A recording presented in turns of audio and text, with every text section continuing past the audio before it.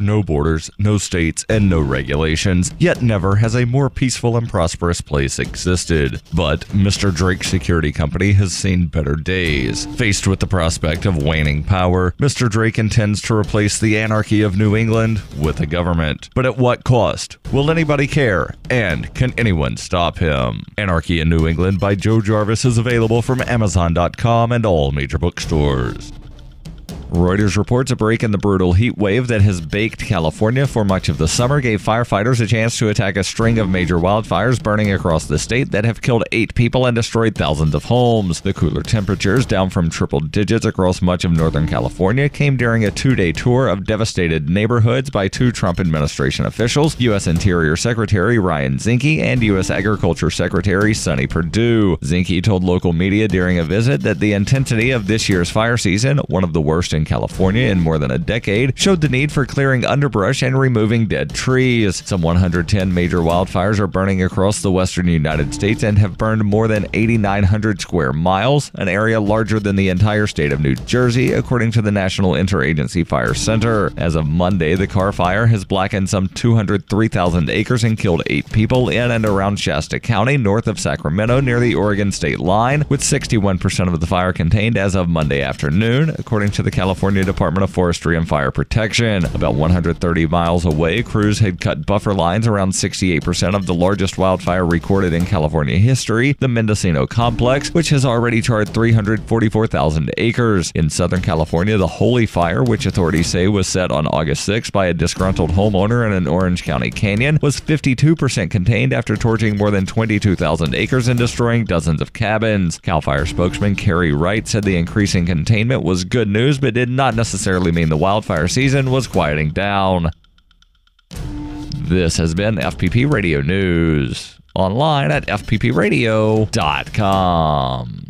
This is the Onion Week in Review. According to a Stanford University study released Wednesday, there is no logical reason why planes are able to fly. Reiterating that they fully understand the concepts of lift, thrust, and propulsion, lead physicists told reporters they were still unable to reasonably explain how a large 500,000-pound object is capable of staying up in the air without falling. We've come up with several theories, including wind propulsion, some sort of gravity suspension effect, also the possibility that the clouds pull the plane skyward, but beyond that, just don't understand how a large metal tube could just kind of float in the air like that.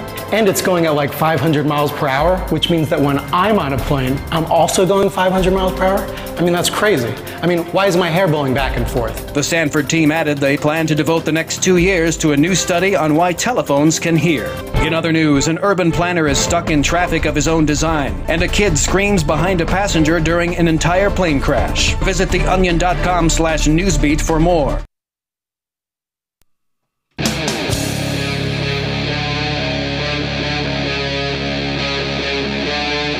Free Talk Live.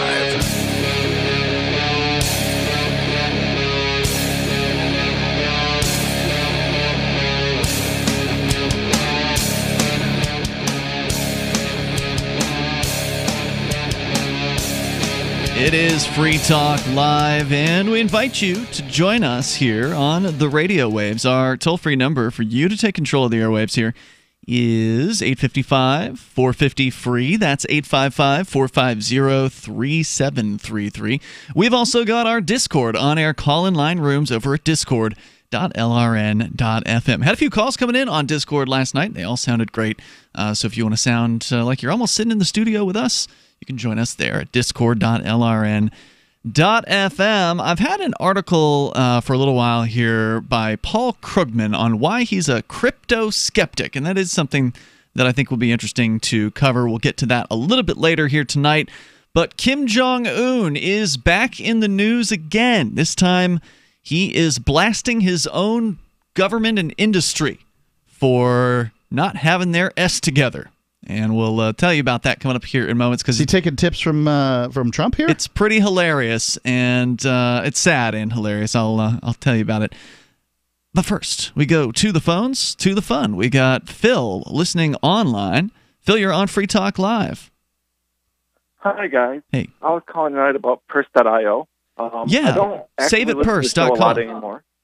Yeah, I don't actively listen to the show a lot anymore, but I'm still an amplifier. Thank you. Thank you. And Yeah. Can I ask you why you choose to do that? Why do I choose to do that? Because I believe in the show's mission.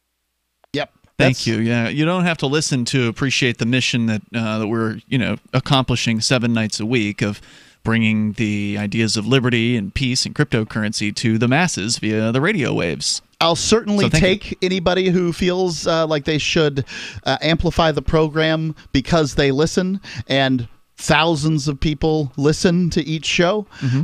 But what I want is for people to believe in the mission of the show the way I do, and it appears as though you do. So yeah, thanks.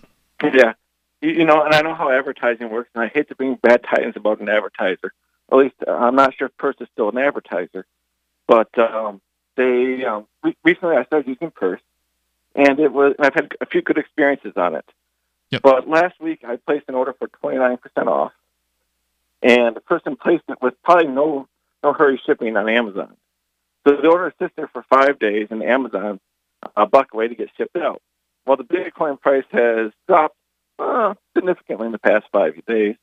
And today I get notified that the Purse earner, as they're called, the person who's buying on Purse, decided to cancel the order.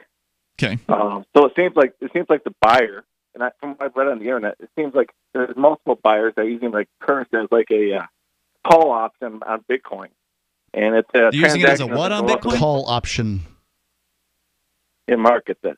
Okay, yeah, it's some kind of stock trading thing. Yeah, so it's an options sort of.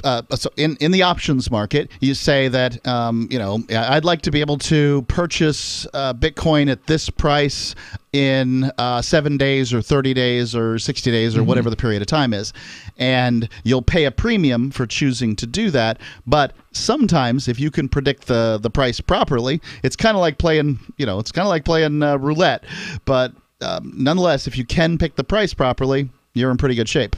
So wait, what you're saying is, for listeners that don't know, saveatpurse.com, we've been promoting them for a few years now, and it's a way to save easily 20, maybe even 25%. You went for 29% on your purchases at Amazon.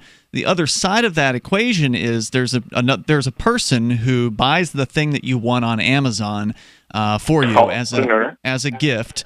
And what you're saying happened here was between the time at which this person had allegedly placed the order for this thing and before it shipped, they canceled the order because the price of Bitcoin dropped, meaning that when they made the purchase, the price of Bitcoin was X, but by the time it was getting ready to ship or whatever, it had gone down enough to where they felt like they would rather not go ahead and make the purchase because they were going to lose even more than the 30% on top of. Because remember, when you get 29% off, that means somebody else is paying 29% on top of the cost of a Bitcoin at the moment that they make that sale. So this person was paying almost 30% on top, and then however much the Bitcoin went down, let's say it went down another 10%, they lost even more on that. So you certainly couldn't blame somebody for canceling that order. In your case, I would guess the only consequence is the thing just goes back onto the market, and somebody else might pick it up. But it seems like yes, the 30% the person paid was a premium for the call, but I didn't. So they bought a call from me. But I didn't get anything for the call that a seller of a call normally gets. Yeah, he decided to back out of the deal. You got an option. You got the opportunity, perhaps. I mean, that's what this SaveItPurse.com is kind of about. Is that you spend the time listing things, and you're willing to wait to get what it is that you're getting, and you have to get a number of drops in order to get the highest amounts. So if you were to put that up at 20%, it'd have been snapped up right away. For that extra 9%, it was actually snapped up. No, he's saying that went down between when they snapped it up and when they completed the sale, or they never did. They agreed to buy it. They bought it. They completed the sale on Amazon, knowing that the sale wouldn't ship for 5 days because they selected no hurry shipping. And then before they actually shipped it, they told Amazon, "Oh no, never mind the order." And then they canceled the order on Purse. Yeah, I do think that Save It Purse should have some kind of penalty for people who choose not to go through with a transaction. There ought to be something, and I don't run their business, so I don't have anything to say about that. But I'd say it's the most irritating part of this where you save money. Well, right. I mean, overall, my experience has at this been. point, I'm not saving money because I purchased it at one price, and now because the price of Bitcoin has gone down, the Bitcoins that I now hold are worth less in Right. US dollars. Yep, I see what you're saying. You bought the Bitcoin to load up on Save It Purse, and then the price of Bitcoin went down. That's true. There are risks involved in buying and selling Bitcoin, and obviously the price can go down. And so you don't always win, And but can it's hold on, unlikely. maybe it'll go back up. It's unlikely that it's going to drop by 30%, right? Like, so you were asking for. Go ahead. Yeah, to Mark's point, I think it would be great if Purse had a system in place where, as a good faith money that the earner has to have 25% of the value of the purchase in their wallet, and that gets hold in escrow. And if they decide to back away from it, that they lose the 25%, and some of that money goes back to the purchaser. You might want to suggest that to them. Obviously, we're not the customer complaint department, so we couldn't help pass that along to them. But, well, it's not true. I have passed along complaints, and in this case, if he wrote it out to me, this is my complaint, and this is what my solution is. I could pass it on. Okay, if you're willing to do that, I would just contact them directly. But certainly, you're welcome to. Yeah, I contacted them as well. Yeah, I contacted them as well, but I wanted to let others know that there is risk out there in this purchase. Oh, yeah. I'm sorry. If it wasn't clear that, if you're buying and selling Bitcoin, there's risk involved, there's definitely risk involved. I mean, if the Bitcoin price is staying relatively steady, then it's nice to be able to save 20 or 30% at this point, it's like a person on the other side backed out of a contract. And there's no penalty against them for backing out of a contract. That's true. That seems like a real bad system. Yeah, I mean, I can understand how you feel about that. I can tell you that over 130 transactions I've had on Save It Purse, and probably less than 5% of them have ever had any kind of issue like what you're describing. So it's fairly rare, that at least in my experience, that this happens. But things can happen. I don't think you've got bad ideas to help mitigate that. I hope that they will take those seriously. So, was there anything else that we can help you with tonight? No, that's it. I'll certainly be passing those suggestions on to Purse myself as well. All right, excellent, Phil. Thanks for the call. I'm sorry that you had a bad experience, but sometimes things don't work out exactly the way that we hope that they do. I appreciate hearing from you. Have a good night, guys. Yep. The toll-free number here is 855-450-FREE. Yeah, if the price of Bitcoin drops precipitously after you buy some, it hurts. It hurts when that happens. Right now, the price of Dash and Bitcoin Imagine people Cash, got it at 19,000. yeah, the price of Bitcoin, just over the last 2 weeks, the price of Dash has gone down significantly. Bitcoin Cash also down significantly. Both of those cryptos are at, lows for the year, basically. More coming up. It's Free Talk Live. Ike was such a sweet, lovable animal, and people would want to pet him, and they'd come up, and they'd get close to him, and it would be this instant, oh! My dad didn't want to touch him. It's like, ooh, get the stinky dog away from me. Even after we'd give her a bath, she would still stink. Very stinky, both bad breath and bad gas. I asked the vet, and he said some dogs are just stinky. Does your dog itch, scratch, stink, or shed like crazy? Come to Dinovite for help. DINOVITE.com. The omega-3 fatty acids, Flaxseed, zinc, alfalfa, the digestive enzymes that are cooked out of regular dog food. The ingredients convinced me that it was definitely worth trying. After about a week, he started smelling normal. My husband and I were really kind of astonished. Dinovite is nutrition. 859-428-1000. DINOVITE.com. What's more profitable, running your business or doing bookkeeping? Doing your business, of course, but you want to keep your books so that you can maximize your tax savings, right? What if I told you that there's a person that's a bookkeeper, accountant, and law school graduate that's also a hardcore libertarian? My name is Melanie Johnson, and I hate the state. I will aggressively help you to minimize your tax exposure and maximize profits, all while staying within the law. Melanie's your best choice for your taxes and bookkeeping needs. Go to tax.freetalklive.com and check out our website, tax.freetalklive.com. Zencash is an end-to-end encrypted system with zero-knowledge technology over which communications, data, or value can be securely transmitted and stored. Zencash recently surpassed 17,000 nodes, which means Zencash has one of the largest node systems of any cryptocurrency. Supernodes will bring network, economic, and technological improvements across the network. And the official Zencash wallet is available for multiple distributions. Learn more at zencash.com. zencash.com. Free Talk Live, the show where anyone can call about whatever they want.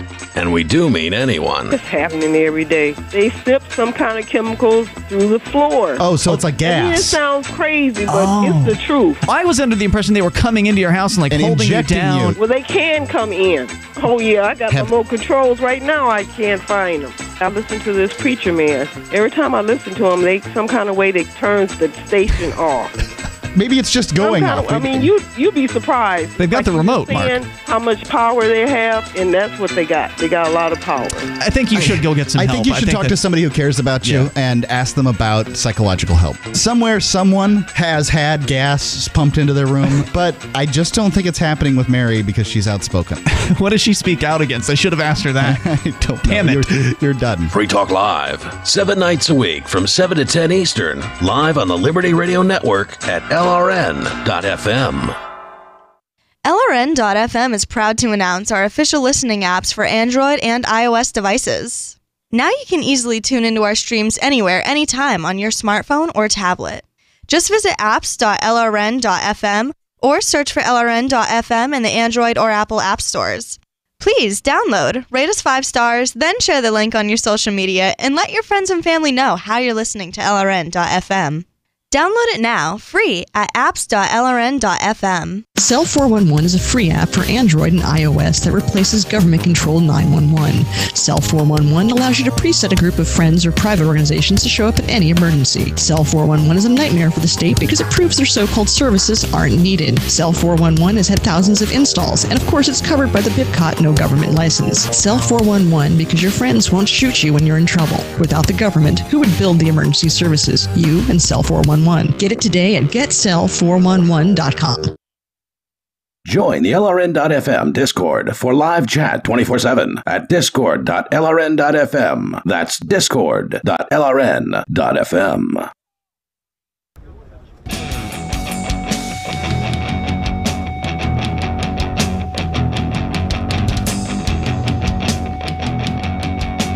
This is Free Talk Live, and you can bring up whatever you want here. The toll-free number is 855-450-FREE. Like freedom, that's 855-450-3733. Bitcoin.com, great place to go and get started into the world of Bitcoin. If you are new into cryptocurrency, yes, there are risks involved, and if we weren't making that clear enough, hopefully we'll make it more clear in the future. If you buy something like Bitcoin, there's a chance it's going to go down in value. We love it when it goes up, but over time, it has over time gone up in value. But right now, compared to what it was in December, it's down pretty big time. I mean, it was at around $19,000 in December, and some people were buying on what it was at the time a big run up, and it feels pretty brutal if you bought at 18 or 19,000 and you've then lost, a factor of 3 or whatever to go down to $6,000 $6,157. Yeah, this has happened before, though. Yeah, right. It's never gone up to 19,000 before, but there have been spikes before and then settlings. There was a spike to $30. Mm-hmm. There was a spike to I think around 180. There was a spike to about 1,100. Yep. And then there was a spike to 19,000. Right. And I remember, Free Talk Live's been along the whole ride. And we've talked about... most of it, yeah. No, the whole ride that I just outlined. That ride, yeah. When we found out about Bitcoin, it was 27 cents, and that was prior to the spike to $30. Yeah. And so we've talked... That's actually when we first acquired Bitcoin. I don't know how much it was when we first talked about it. We talked about it in December. We acquired it, I think, in January, maybe February. That would be 2011. So we talked about it December 2010. Okay. And I remember, for instance, people started really getting into Bitcoin as it was running up to that 1,000 number. And we got some heat. People, after it went to 1,000, then it crashes down to 500 or 600, and then it actually went down to around 200. Hold on. That's not a crash. That's it took a while. It took a while to get down. So it goes back up to 800, and then it goes back down, and then finally gets all the way down to about 200. Mm-hmm. And then it slowly begins to ease. And look, what did I kept telling everybody, just keep holding, keep holding, keep holding. Yep. If Bitcoin is worth $1, it's worth $1 million. Why? Because it does what it says it's going to do. It allows people to send and receive money, do these transactions at relatively low cost, and now I would say BCH is better at that than BTC, but hopefully BTC will come up with Lightning Network or whatever. But I'm not talking to you about which crypto you should pick. I'm telling you that I still believe in crypto. Mm-hmm. And the price is, although highly relevant to me and highly relevant to you, not the most relevant thing we're talking about here. Crypto still does everything it said it was going to do. It still can drag the poorest of people in this world out of poverty. It still allows people to send and receive money without using banks, without using the government, without asking permission from anybody who stations themselves above you and says that I am your Lord and you will not do anything without my permission. Because that's what these banks and that's what these governments do. If you're in North Korea, the only way you can get money from people without asking Kim Jong-un and his frickin' flunkies is by using a cryptocurrency. Cryptocurrency, as jaded as you might be about it, as sad as you might be about price changes, and I understand. It's hard day to day. I've been here for the whole ride. You can't tell me. I know. I've been here for the whole ride. I've bought and I've sold at the highest and the lowest. You were just telling me you got brutalized on this day trading that you've been doing with altcoins because the alts are all going down in value. Yep. I got the piece of crypto that I put in to do this trading. I'm in half on that. Meaning you made back half. You haven't made back the full. Because of the losses, you're down by half. I'm down by half. Yeah. So I understand where people are on this, and I know it's painful. I'm not saying it's not. Just remember what we got into this for. If you got into this for trading and making money and all that stuff, if that was your reason for getting in, I understand. It's tough, and good luck to you. That's not the reason I got here. I got here because I believe that cryptocurrency has the opportunity to bring economic freedom to billions of people. Mm-hmm. And that's what I'm in it for. And when it does, yes, I will be rich. But that's not why I did it. I did it because I'm interested in providing more economic freedom for everybody in the world. With economic freedom comes social freedom.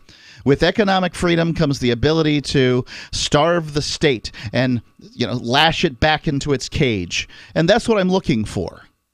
So I'm sorry it went up to 19. I'm sorry if you bought in at 19,000 and then now you're looking at 63 and you're demoralized and dejected.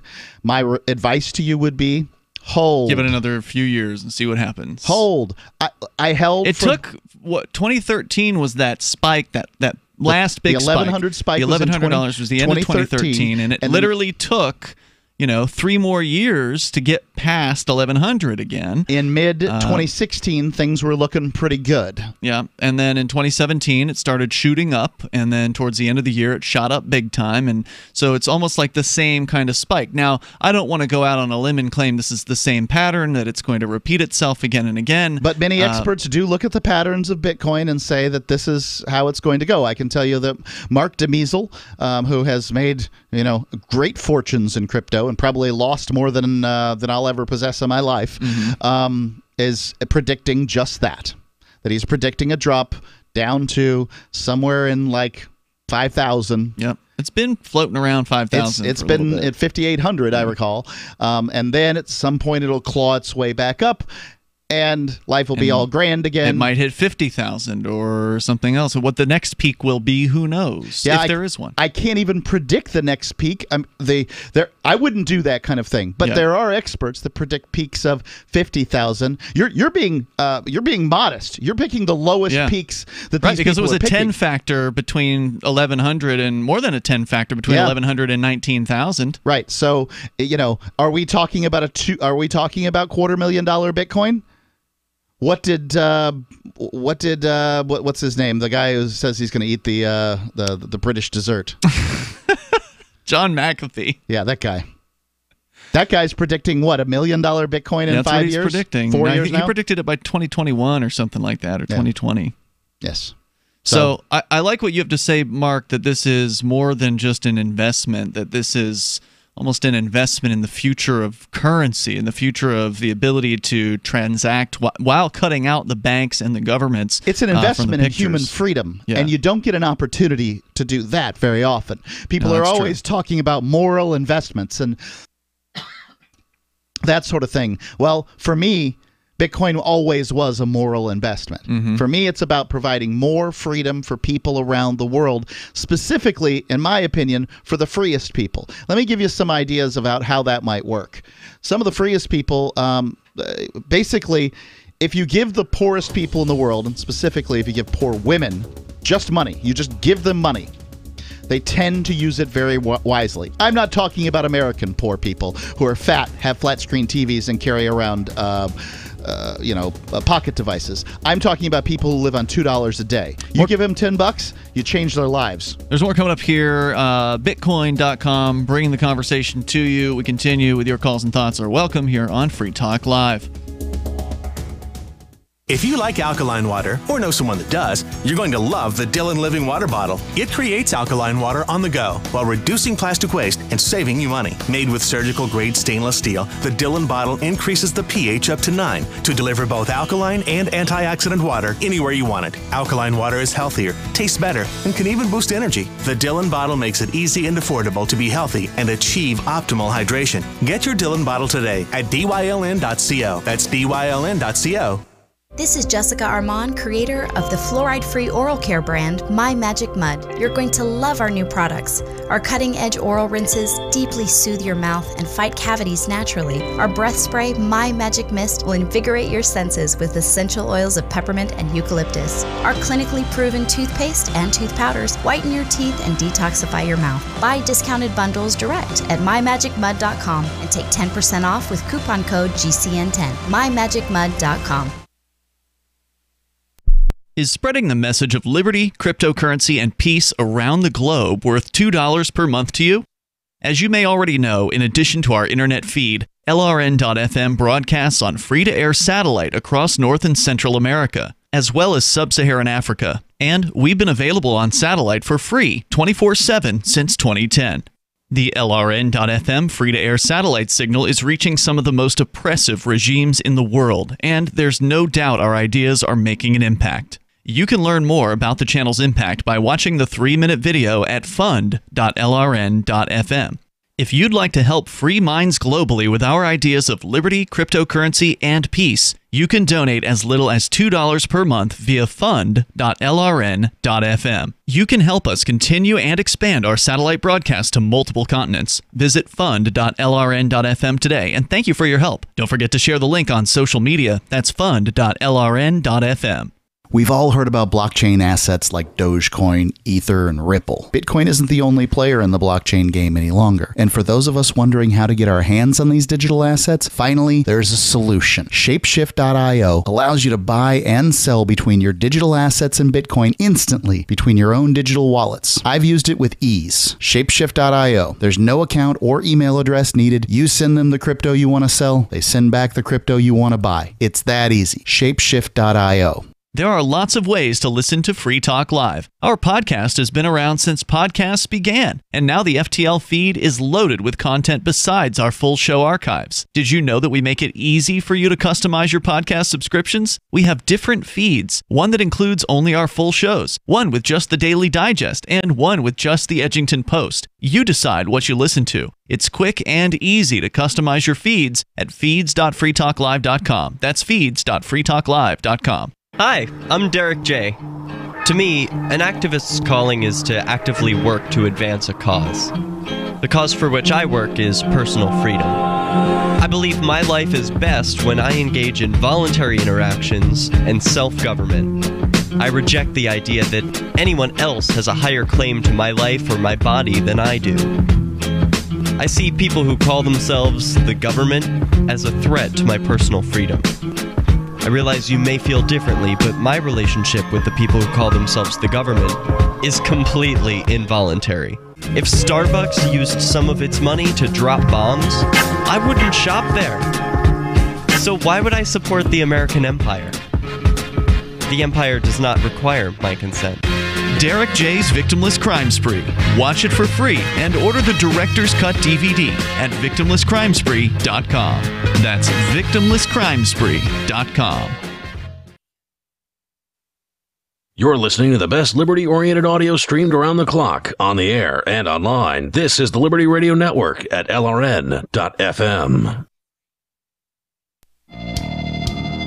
This is Free Talk Live. You can dial on in here toll-free. Join us. The number here, 855-450-FREE, like freedom. That's 855-450-3733. Discord. On-air call-in lines are open and available to you.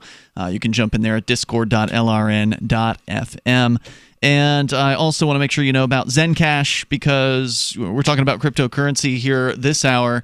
And we haven't done a whole lot of crypto coverage. We were doing a lot of it when it was running up, but we haven't done too much recently. Zencash is worth looking at. There are a lot of different cryptocurrencies out there. In fact, I was just poking around CoinMarketCap, and there are 1,844 cryptocurrencies that are cataloged at CoinMarketCap. There's more of them that don't even make it into the criteria. They're not even big enough to make the level of the top 1,844. There's probably like a few thousand of them out there in the world.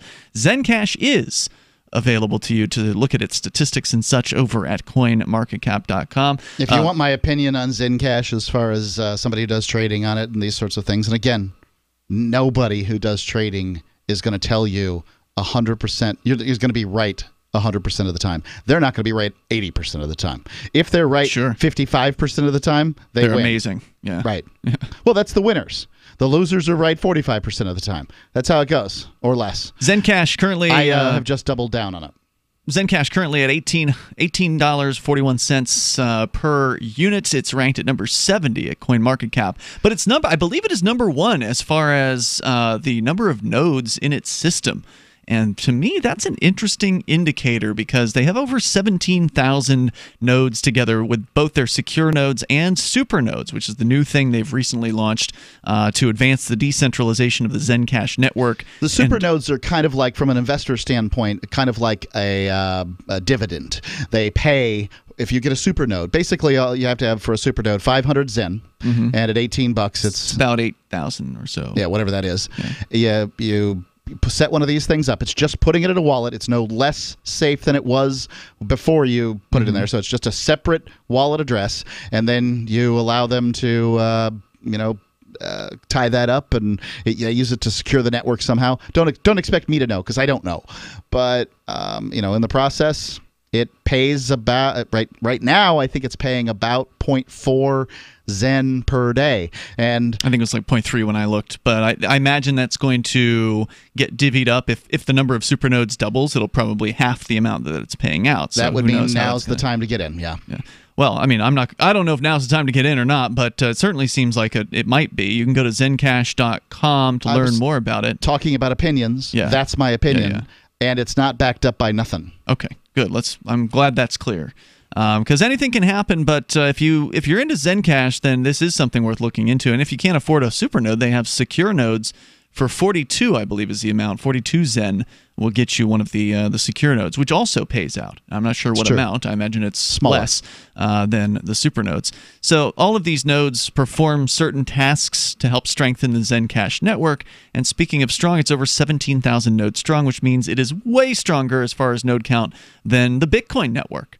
So there's really some cool things going on with Zencash. Plus, it was founded by voluntarists, people who understand what the ideas of liberty and good economics are. So if you got a good philosophy behind the coin, I think that's important. Because there's, like I said, over 1,800 coins right now at CoinMarketCap. This is the only crypto I've ever heard of that actually has voluntarism written into its white paper, because it was that important to the creators of it. Well, so, not the Bitcoin didn't have the word voluntarism, but essentially you can pretty much trace it back to BTC being created by voluntarists for the purpose of providing economic freedom. It just appears not to be that anymore. Sure. Well, as you pointed out, Zencash has the word voluntarism in the white paper. It was absolutely written by voluntarists. You could speculate that Satoshi Nakamoto is a voluntarist, the person who created Bitcoin, but he or she is not around to be able to interview them or ask them questions about posts that Satoshi made, and it's not like this person has no history or anything. I mean, the posts are... It's pretty clear. Seems pretty clear, but I don't know if they use the word voluntarism. Nope. Zencash did, and it's in their white paper over at zencash.com. Let's go to Rob. He's in Bellows Falls, Vermont. Rob, you're on Free Talk Live. Go ahead. Hey, I heard you guys talking about Bitcoin. Yeah. And I wondered maybe if you'd seen, there was an article in the Forbes magazine talking about Dogecoin. No. Which, in fact, really started out as a joke coin. That's right. But it's, according to what Forbes magazine is saying, Dogecoin is going to hit to $1 before the end of 2018. Well, I mean, there's all kinds of speculation out there. Dogecoin I know it has lots of transactions. It has as many, more transactions than pretty much everything except BTC. Is that right? That's what I was told. Huh. Well, Dogecoin right now is currently less than a penny. It's basically 20% of a penny as far as its current value. wouldn't go all in on that, Robert. Yeah, oh, you don't think so? No? No, not all in. You never want to go all in on any cryptocurrency. I mean, it's just a bad plan to go all in on things. If you can afford a little bit of it, then maybe it's a good time to if you feel like you've got a tip, man, and you like that tip, I'm not the one to tell you don't do it. I just wouldn't mortgage the house. Yeah. Oh no, I don't plan on mortgaging my house or anything. But I mean, I got a little bit of Dogecoin in there, a little bit of money. But I just think that it's going to hit to $1 between now and the end of 2018. But if you think it's going to go from a penny to $1, then $100 will go to 10,000. That's true. Pay. Last year, it peaked when the big spike went up for the Bitcoin spike. Everything was spiking kind of at the same time. It peaked at about 1.5 cents. So again, that's not to say it couldn't go up as high as what you're saying. Anything's possible, and who knows? Maybe we'll see another end of the year run up. I sure hope so. I hope we don't have to wait another 3 years for it to get back to. It was running with Ethereum. They were going to butt up together, and then something happened. Something changed. That darn Vitalik. That also too was in the Forbes magazine. Yeah. Well, I mean, just because a magazine's writing about something doesn't mean it's going to get any kind of footing. It just means that it's an interesting story. I mean, Dogecoin is an interesting story. The guy who created it never expected this to happen. He just was kind of making a joke crypto because it's easy to just crank out another cryptocurrency. It's not hard. The source code for all these things is open source, so anybody that wants to copy the code, any programmer worth their salt can copy the old Bitcoin code or any of the other code that's out there. If you want to, you could fork Dash, you could fork Dogecoin. I think they did fork Dogecoin. Isn't there like a dark Doge, like an anonymous Dogecoin out there? I feel like that happened. Rob, thanks for the call tonight. I appreciate hearing from you. The toll-free number here is 855-450 free, like freedom, 855-450-3733. We've also got the Discord on-air call-in line rooms available to you at discord.lrn.fm. So I had this story from, it's actually a couple weeks old at this point, but it's Paul Krugman. And this guy is a New York Times opinion columnist. He's one of those old money guys, from what I understand. I don't follow his work, but his name comes up from time to time, like in the crypto circles, like that. What this guy says is, a big deal because he works for the New York Times, and he's been around for decades, and right. But generally, he's vilified. He hates cryptocurrency. I understand. He's generally vilified by people who are on our side of sort of economics and beliefs systems. And you know, he's not a free market economist, right? This guy's I can tell you this: something? Tom Woods and Robert Murphy do a podcast called the Contra Krugman Report. Wow. So I don't know that much about Paul Krugman other than he predicted the internet wasn't going to be that meaningful, which of course is, looks bad, but he's an economist, not a swami. Well, not a lot of people knew the internet was going to be anything back in the day. Yeah. I think he takes a liberal look at the views, a liberal view of the news and that kind of thing. But when I hear him talk, he's far more practical than your average uninformed socialist that calls in. Well, he's got an article that he wrote, again, the end of July, entitled Transaction Costs and Tethers, Why I'm a Crypto Skeptic. So why is he a crypto skeptic? Let's get into it here on a day in which it's the bloodbath is continuing across the board in cryptocurrencies all over the place. Is Krugman right? What's he got to say for himself? We'll share that coming up with you in moments on Free Talk Live.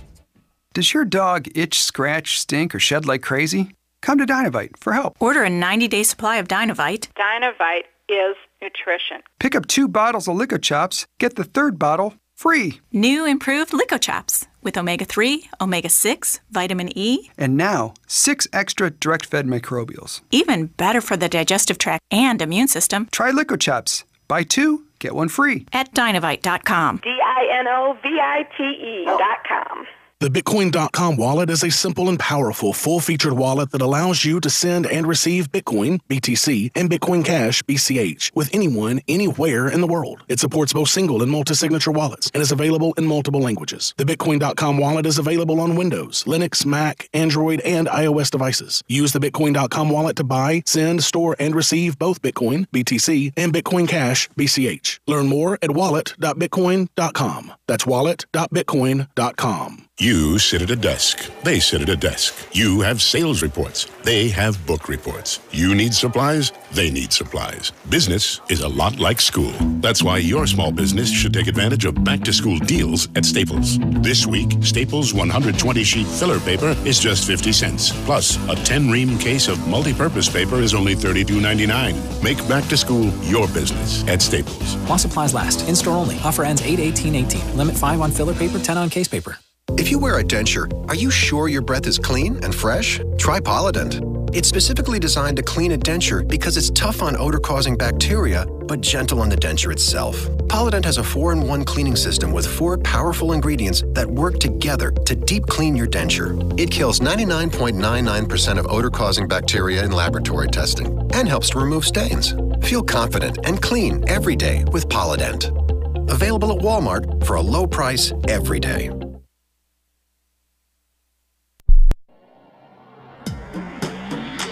Free Press Publications is an independent, alternative media and publishing company founded in June 2009 with the mission of ensuring a free press for the freedom movement and is committed to spreading the message of peace, freedom, love, and liberty. FPP also gives new authors an avenue for publishing freedom-oriented material. FPP brings you daily news and commentary on the website fpp.cc, as well as a daily 5-minute newscast, FPP Radio News, and weekly news, views, and commentary in the FPP Freedom Minute and Peace, Love, Liberty Radio at fppradio.com, and the monthly newspaper FPP News at news.fpp.cc. Find FPP online at fpp.cc. That's fpp.cc, as in Creative Commons. LRN.FM now has a Discord. Discord is a free text and voice chat platform, and we now have our own server with a bunch of channels at discord.lrn.fm. You can join other listeners as they chat about various things during our live shows, or anytime, day or night. Discord software is available cross-platform, so you can have it on whatever device you want and take your chats anywhere. Join our Discord at discord.lrn.fm. That's discord.lrn.fm. When you hear the word lobbyist, you probably think about greedy corporations, but not all lobbyists are the same.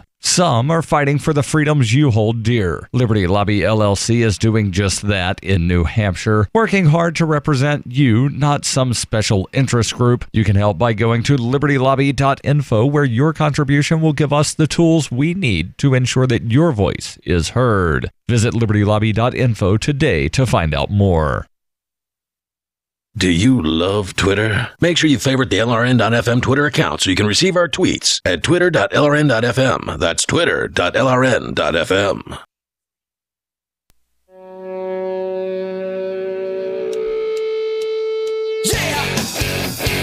This is Free Talk Live, and of course you're invited here to join us. The toll-free number for you is 855-450, free like freedom. That's 855-450-3733, or join us on our Discord on-air call-in lines.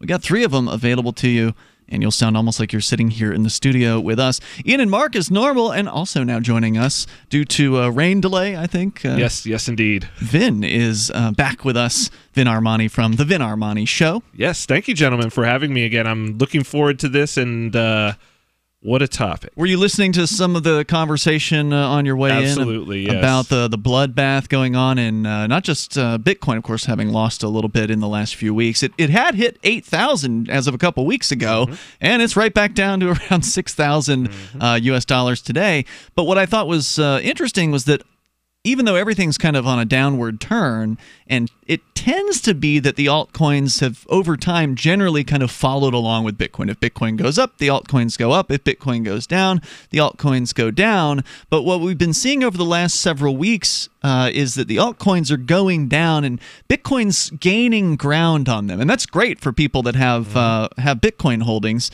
But for instance, let's see, I had CoinMarketCap pulled up here. The Bitcoin dominance number. BTC. Right, BTC, Bitcoin dominance number, a few weeks ago was at 45%, meaning that of all of the cryptocurrencies in the world, at least that's cataloged on CoinMarketCap, so there's 1,800 something of them there. The total, what they call market cap, the total global market cap is right now 195 billion US dollars in value, meaning that's the entire value in denominated in dollars at this moment of all of the cryptos, including Bitcoin and all the rest of them combined together. Bitcoin is 54.2% of that number. A few weeks ago, it was 45% of that number. So you've seen a significant rise as far as Bitcoin's dominance compared to the other cryptos. Will that continue? Seems unlikely. I have some thoughts on this about why this might be. So, and I have been thinking about this. Obviously, BTC, Bitcoin, being the reserve currency of most of the markets where these measurements are made. Everything's compared to Bitcoin. Right. So if it goes up, even if nothing moves except for Bitcoin, the value in BTC, if it goes up or down, is going to be reflected in the charts of which you see. The charts basically will follow along because it's like everything's denominated, particularly in CoinMarketCap, everything's denominated in BTC. So it goes up, then it's in BTC, it goes up. But what you have now is I actually think that you have a lot of weak hands being shook out, as they say. People are dumping alts. But the only thing that you can do, because BTC is the reserve currency, that means that if you want to go and you sell your Bitcoin Cash, Dash, Ethereum, whatever it is, what do you wind up with on most markets? You wind up with BTC. Bitcoin, BTC, yeah. So I think that's really, truly what we're seeing in this case, and I think that a lot of it is actually ICOs. I think you're seeing... Those are the initial coin offerings that kind of like a decentralized way of doing an investment in a company. Which were huge last year. Yeah. That was the big news. That was the big thing, all of these projects. I think what you're seeing is people getting out of their positions in these projects, and they're having to get out of BTC. Them. They're in BTC, and then I think some of... what we're just not seeing is we're not seeing the liquidation. I think they're trying to get out to cash... to fiat US dollars. But it takes an extra step. It takes an extra step. And so what you're seeing in that market dominance is that's the extra step. It's the space in between that. So we may still see another fall in BTC price as well. Yes, indeed. People are bailing out. Indeed. Could very well happen. Yeah. And what that's what happens when these, as they say, they shake out the weak hands. But if every time you buy high and you sell low, you're the loser. It's the truth. It's true. I'm not lying. Nope.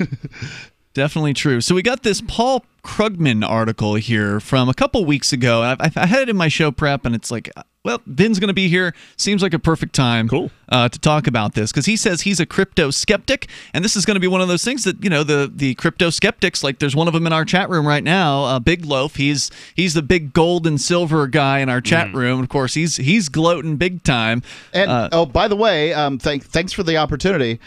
Gold and silver is the other place that I'm recommending for investments. So recently my son has decided that he likes the idea of earning money. And so I have a task that needs to be done at the house, and I don't mind paying him for that task. I probably overpaid him, but whatever.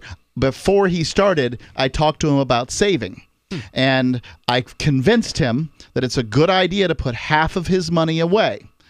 And he likes the idea of having money, and I explained to him how if you put $200, that's $100 every 2-week paycheck, if you put $200 away every year from the time that you're 14, $200 every month, from the time that you're 14, by the time you're 64 years old, you'll be a millionaire.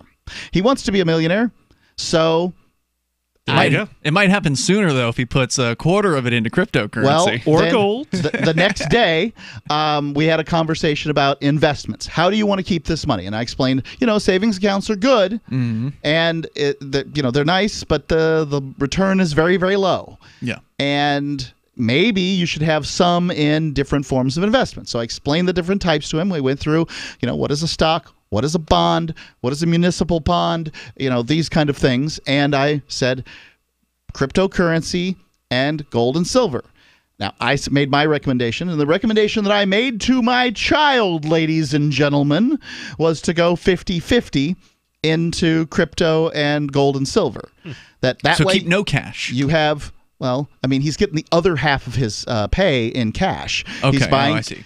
I do not recommend what he buys to my audience. I see. He buys Legos and artificially colored candy. Don't do that with your money. But that's what it's his half, and he gets to do what he wants with it. And I'm not going to tell him if he's going to say the Legos. If he keeps them in the box, might hold value. I don't know. Why in the world would anyone do that? What kind of sick weirdo keeps them in the box? I mean, he's 10 certainly years not old. fun if you do that. Yeah, no, it takes all the fun awful. out of it. I mean, he gets. Well, you could stack the boxes, I guess, on top of each other, but yeah, not the same. No. Not the same. If you're doing it for a business, you're selling them on eBay at a profit or something like that. Yay, all the best to you.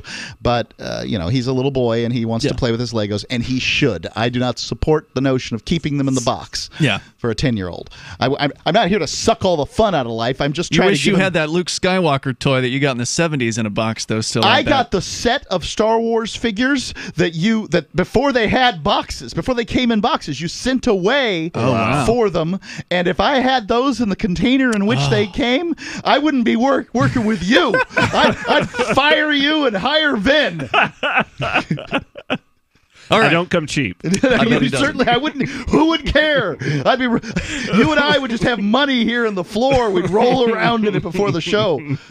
New York Times Paul talk about how much we hate Ian. Opinion columnist here. He says he's still on vacation, hiking and biking in various parts of Europe. I'm keeping up with the news, more or less, but I'm only occasionally and unpredictably in a place and condition where I can actually write something and post it. So he wants you to know he's taken time out of his vacation to write about this Bitcoin thing. But this is one of those times, he says, and I thought I'd post some thoughts in advance of stuff I'd be doing after I get back. Specifically, in a couple of weeks, I'm going to play Emmanuel Goldstein, the designated enemy, at a conference on blockchain and all that. Hey, if you only speak to friendly audiences, you're not challenging yourself enough, so I thought it might be worth explaining why I'm a cryptocurrency skeptic. It comes down to two things: transaction costs and the absence of tethering. Let me explain. I'm glad, because I don't know what he's talking about with tethering. I suspect to a fiat currency. So let's go on here. If you look at the broad sweep of monetary history, there's been a clear direction of change over time, namely one of reducing the frictions of doing business and the amount of real resources required to deal with those frictions. First, there were gold and silver coins, which were heavy, required lots of security, and consumed a lot of resources to produce. Then came banknotes, backed by fractional reserves. These were popular because they were much easier to deal with than bags of coins. They also reduced the need for physical precious metals, which, as Adam Smith said, provided a, quote, sort of wagon way through the air, unquote, freeing up resources for other uses. Even so, the system still required substantial amounts of commodity money. But central banking, in which private banks held their reserves as deposits at the central bank rather than in gold or silver, greatly reduced this need, and the shift to fiat money eliminated it almost completely. Meanwhile, people gradually shifted away from cash transactions, first towards payment by check, then to credit and debit cards and other digital methods. Set against this history, the enthusiasm for cryptocurrencies seems very odd because, he says here, it goes exactly in the opposite of the long-run trend. Instead of near frictionless transactions, we have high costs of doing business because, he says, transferring a Bitcoin or other cryptocurrency unit requires providing a complete history of past transactions.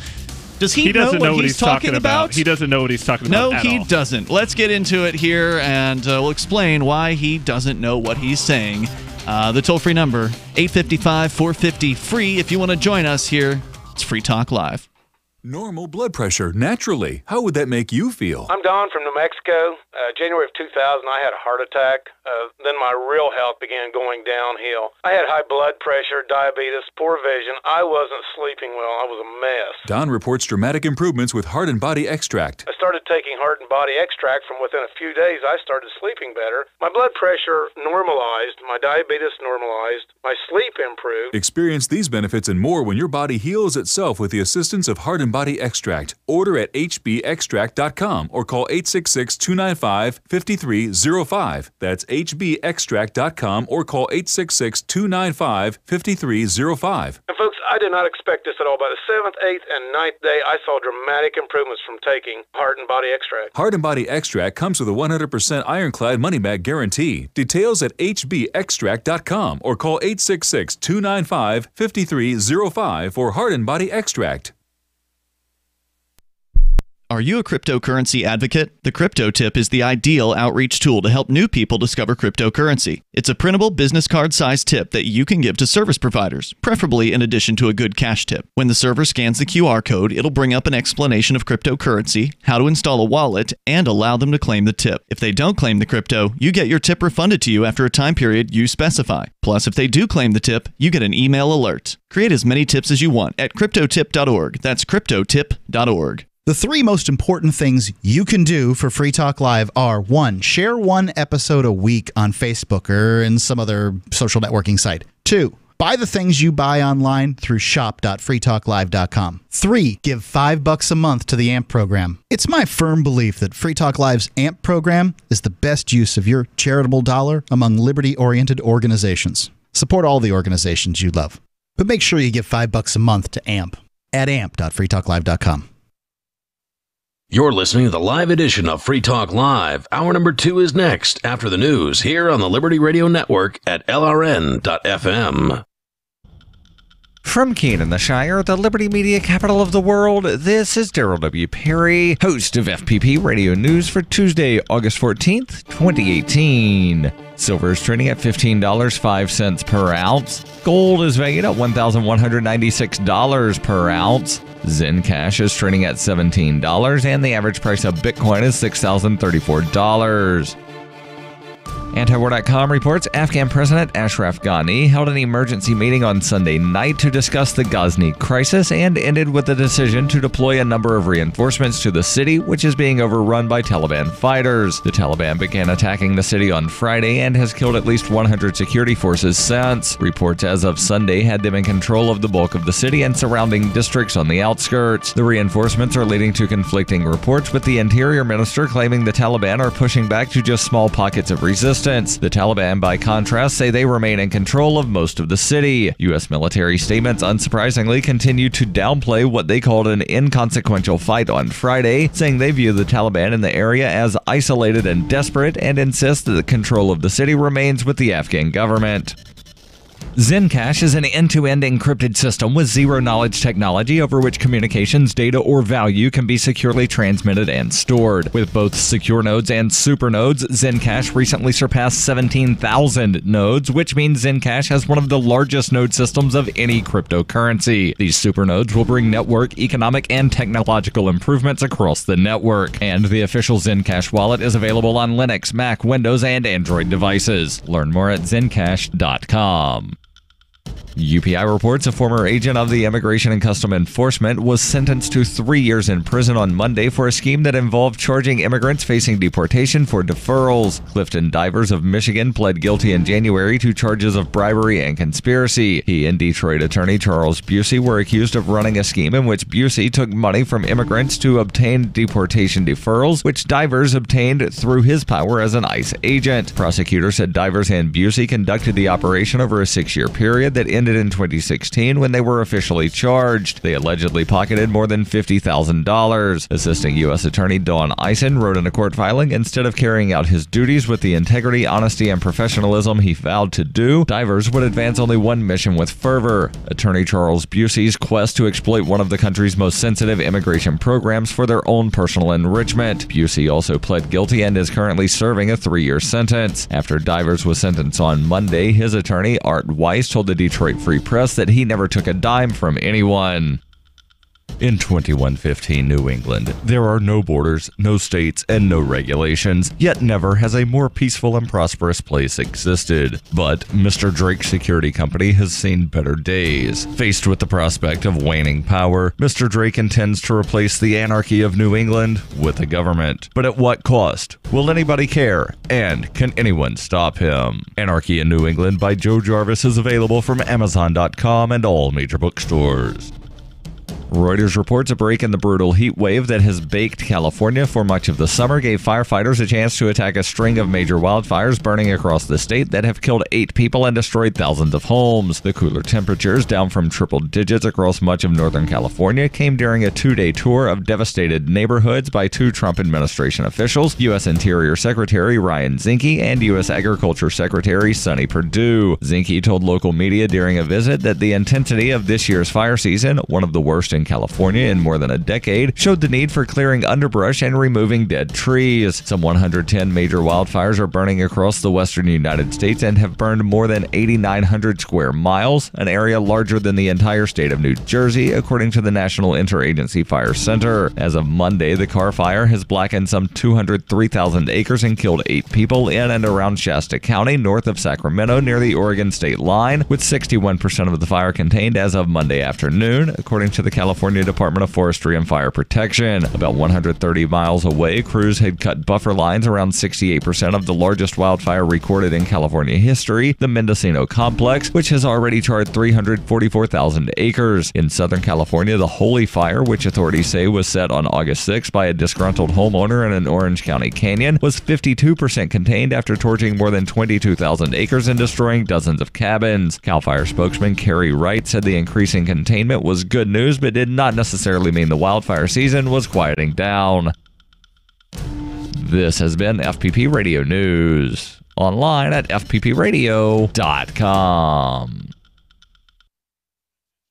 Publicists everywhere agreed this week that the nation's celebrities are in dire need of more fame, stressing that all 6 billion of the world's populace should know every U.S. celebrity by name and face by now. Publicists are calling for an emergency influx of buzz, heat, press, and word of mouth to be administered to the nation's celebrities immediately in order to prevent crucial fame levels from becoming dangerously low. Novelist Edward Milligan told reporters this week that in his new book, By the Water's Edge, he has fleshed out in meticulous detail his own huge and stunningly shitty world. Using in-depth research and the power of his own imagination, Milligan was able to conjure out of thin air every hackneyed character, trite street name, and horseshit backstory in the fictional town of Connors Cove. The complete hack proudly said he has created a universe that readers will feel they can actually reach out and touch. Sources say the prolific writer has not yet been punched repeatedly in the face. In other news, McDonald's opens a new senior citizen play place. This is the Onion News Network.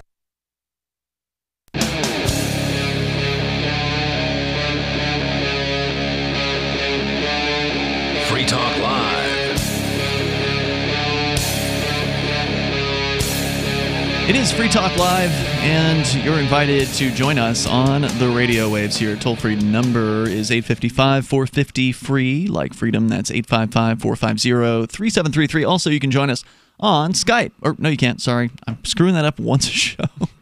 We got rid of Skype last week, Vin, just in case you didn't know. We fired Skype and have replaced it fully with Discord, where people can call in and sound way better because Skype was cutting back the audio quality. They basically destroyed some of the features of their program in their latest upgrade. Yeah, it was horrible upgrade, man. Yeah. So done with that. Moving on, Discord only. Go to discord.lrn.fm. You can also chat with our other Discord participants there. There's multiple chat rooms of different types. But for on-air purposes, you can join one of the 3 on-air call-in line rooms there at the top of the Discord. It's Ian, Vin, and Mark in the studio here tonight. We're just getting into this story here, this editorial piece by Paul Krugman over at the New York Times, where he's explaining why he's a crypto skeptic. And his first big critique has to do with what he calls the high costs of transactions. And as we were just saying at the very end of the last segment, it sounds like Krugman really doesn't know anything about cryptocurrencies. He doesn't. So let me recap just a few sentences here. He says, so he's talking about how over history, the friction between transactions, the cost and the friction has gone down, looking at, the ease of spending money was difficult when it was coins. Of course, it was more difficult when it was barter before that, right? Where you had to have a chicken. If the other person didn't want a chicken, then you were screwed, or, coconuts versus chicken. All that was very confusing. So you went to gold and silver, then they went to paper money, then they went to fiat and digital versions, credit cards, making the ease of transaction, the friction lower, making it easier to do that. And he claims here that the enthusiasm for cryptocurrencies seems odd, he says, because he claims it goes in the opposite of the long-run trend. Instead of near frictionless transactions, we have high costs of doing business because transferring a Bitcoin or other cryptocurrency unit requires providing a complete history of past transactions. This is just false. Simply incorrect.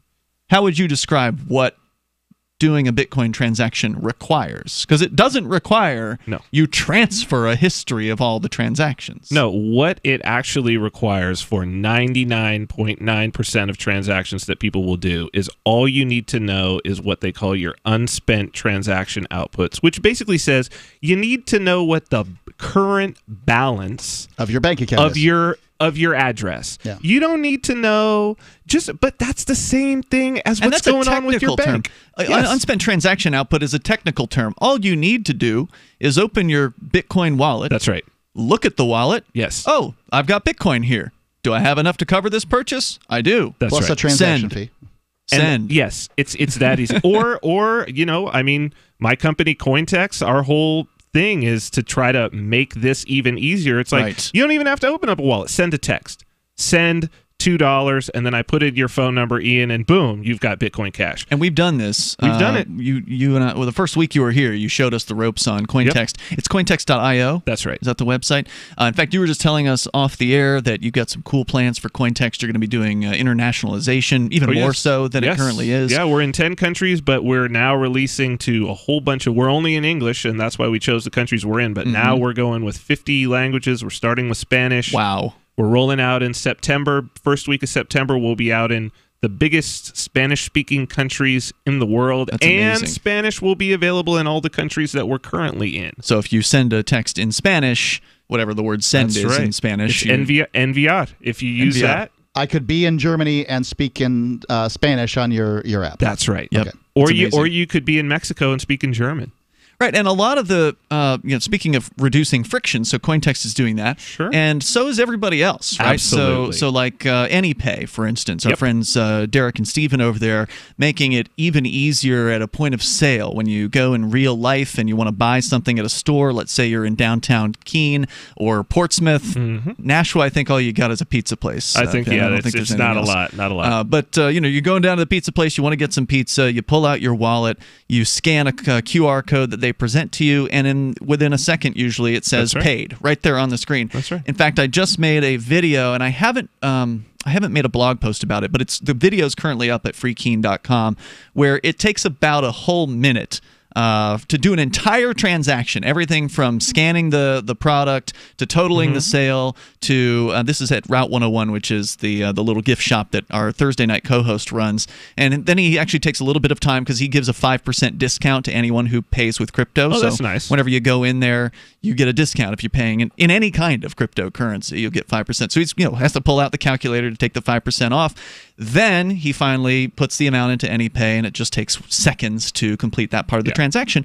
And he then comments that the amount of time it took is actually less than a typical credit card transaction. Absolutely. You scan the credit card machine's got to contact the bank, it's got to ask for an approval, it then gets the approval, and then whatever, printing and signing has to be done. So I would say right now it's sometimes faster, sometimes it can be a little bit slower, sometimes there's a delay between when you hit the send button and when AnyPay will show that it's been paid, but I'd say it's on par, if not better, most of the time with credit cards to pay with cryptocurrency. My experience with AnyPay has been like 2 to 3 seconds is what we're really talking about, which is not only faster than credit cards, it's faster than paying somebody in paper and getting getting change back. Absolutely. So and I don't know what this dude's talking about. I don't know what Krugman is talking about. He seems to believe you have to provide a complete, this is his words, it requires, transferring a Bitcoin requires providing a complete history of past transactions. I think what he's trying to say is that the blockchain records all transactions ever made on the Bitcoin network. But that's not a requirement on the buyer. A node... if you were to open up the Bitcoin wallet, the original sort of Bitcoin wallet, I would call it a QT wallet. The full node wallet, then you host all transactions ever made. Correct. That means there are files on your computer if you're running a Bitcoin full node. Same thing with any other full node, Dash full node, Ethereum full node, whatever. You've got files or several files on the computer that totals up to, last I looked, it was over 150 gigabytes. But that was several months ago, so I'm not sure what it's at. Maybe it's getting closer to 200 gigabytes. I'm not sure. I'd have to pull up a chart. But yeah, so it takes up some space, but I've got a 5 terabyte hard drive. Right. So it's like, that's nothing. 200 gigabytes is really, these days, nothing. And of course, over time, hard drives are going to get bigger and there's going to be plenty of space there. But nobody's transmitting all that data at once whenever they want to send it. The amount of data that's transmitted for a Bitcoin transaction is very, very small. It's just basically saying to the network, saying to the Bitcoin network, hey, I'm over here, I'm this wallet, I want to order this amount from my wallet to go over to this other person's wallet over here. Okay? Order sent. And then the Bitcoin transaction, is on the network, and then it gets confirmed by these various different nodes and miners, and there's security and cryptographics, soundness, and all that. And it's done within moments. So, to me, that process has less friction. Of course it does. Than the traditional methods. Like you said, making change. Talk about a time-consuming task. You're going to have... The more times you buy something with cash, the closer you are to some cashier who doesn't know how to make change and or is purposely trying to shortchange you. So that doesn't happen with cryptocurrency. What about the nervous breakdown that you have trying to get your change in your wallet and get out of the way. Get out of the way. The receipt and where I'm supposed to put that. I hate that. That's the worst. I mean, I just end up with taking it all and wadding it up and putting shoving it all in your pocket, shoving it in my front pocket and getting out of there. I think the worst part about this and the most misleading part is that he's saying that it's going to more friction and not to less. Right. But the fact of the matter is this is open source software. So unlike Visa, unlike MasterCard, there are people like myself who want to make products that make it easier for people to do. I don't have to ask permission. Nope. I can just go and say, hey, I've got a great idea that's going to make life easier for everybody, and just do it. And so it's like you've got all of these brilliant minds, and there are some brilliant minds in the space in terms of developers. So many. I mean, these guys, the hand cash guys in Spain, you just touch your two phones together or touch your phone. You don't even scan the QR code, and it goes immediately. We got more coming up here in moments, and I think that's an important point. And, there's plenty of smart people in the old money system, but the fact that you don't have to ask permission here it allows for so much innovation so quickly, and we're just scratching the surface of this stuff after the first 9 years. More coming up here. It's Free Talk Live. This November, I'll be running the world's biggest and most popular marathon, the New York City Marathon, as a member of Team Innocence Project. The Innocence Project was the first legal organization to systematically apply DNA testing to cases of wrongful convictions as a powerful tool to reveal innocence. So far in 2018, the Innocence Network has welcomed 32 wrongfully convicted people home from prison for crimes they did not commit and had a record-breaking 850 people unite in Memphis at their annual conference. The movement of freeing the innocent and reforming the criminal justice system is growing and would not be possible without your support. Together as 68 network organizations around the world, they've helped exonerate 513 people who spent a combined total of 7,804 years in prison. They've also worked together to pass over 150 laws in the U.S. to help prevent wrongful convictions. You can support the Innocence Project by going to run.freetalklive.com. That's run.freetalklive.com. The Bitcoin.com wallet is a simple and powerful full-featured wallet that allows you to send and receive Bitcoin, BTC, and Bitcoin Cash, BCH, with anyone, anywhere in the world. It supports both single and multi-signature wallets and is available in multiple languages. The Bitcoin.com wallet is available on Windows, Linux, Mac, Android, and iOS devices. Use the Bitcoin.com wallet to buy, send, store, and receive both Bitcoin, BTC, and Bitcoin Cash, BCH. Learn more at wallet.bitcoin.com. That's wallet.bitcoin.com. What's more profitable, running your business or doing bookkeeping? Doing your business, of course, but you want to keep your books so that you can maximize your tax savings, right? What if I told you that there's a person that's a bookkeeper, accountant, and law school graduate that's also a hardcore libertarian? My name is Melanie Johnson, and I hate the state. I will aggressively help you to minimize your tax exposure and maximize profits, all while staying within the law. Melanie's your best choice for your taxes and bookkeeping needs. Go to tax.freetalklive.com and check out our website, tax.freetalklive.com. On Free Talk Live, we're bringing people to the ideas of liberty every day. From wrestling superstars like Glenn Jacobs. You guys really are having an impact, I believe. Like I said, a lot of where I am now is due to listening to Free Talk Live. You changed my mind on some very important issues years ago. To random people tuning in on the radio. I was kind of stuck in the left-right paradigm. I heard your show by chance on a Saturday night. From there, I went on, joined the Free State Project, and become an amplifier. So, I mean, that's really the reason why I amp is because I know that if it wasn't for you guys being on as many stations as you are, I never would have found the ideas of liberty. Your amp will directly change more lives by getting Free Talk Live in front of people looking for talk radio online and on the air. When you amp Free Talk Live, you get perks like access to the AMP-only Facebook group and AMP podcast. Visit amp.freetalklive.com. Did you know you can watch Free Talk Live during our live show 7 days a week from 7 to 10 p.m. Eastern via our studio cams at cam.freetalklive.com? Plus, you can chat with other listeners while you watch, all totally free. Now that our live video stream is hosted by YouTube, our video archives will be online even faster. So be sure to subscribe to our YouTube channel. Listen, watch, and chat all free at cam.freetalklive.com. That's cam.freetalklive.com. Are you sick of government lackeys who say you didn't build that? Are you tired of elitists who think you need a government permission slip for everything? Everything you do is an A to B conversation, and the government should see their way out of it. Create true free markets by adopting the BIPCOT No Government License. The BIPCOT No-Gov license allows use or modification of any product, service, or software except by governments or government agents. Go to bipcot.org. That's Bravo, India, Papa, Charlie, Oscar, Tango.org. You can put the Liberty Radio Network on the air in your area. Visit broadcast.lrn.fm to learn how. Broadcast.lrn.fm.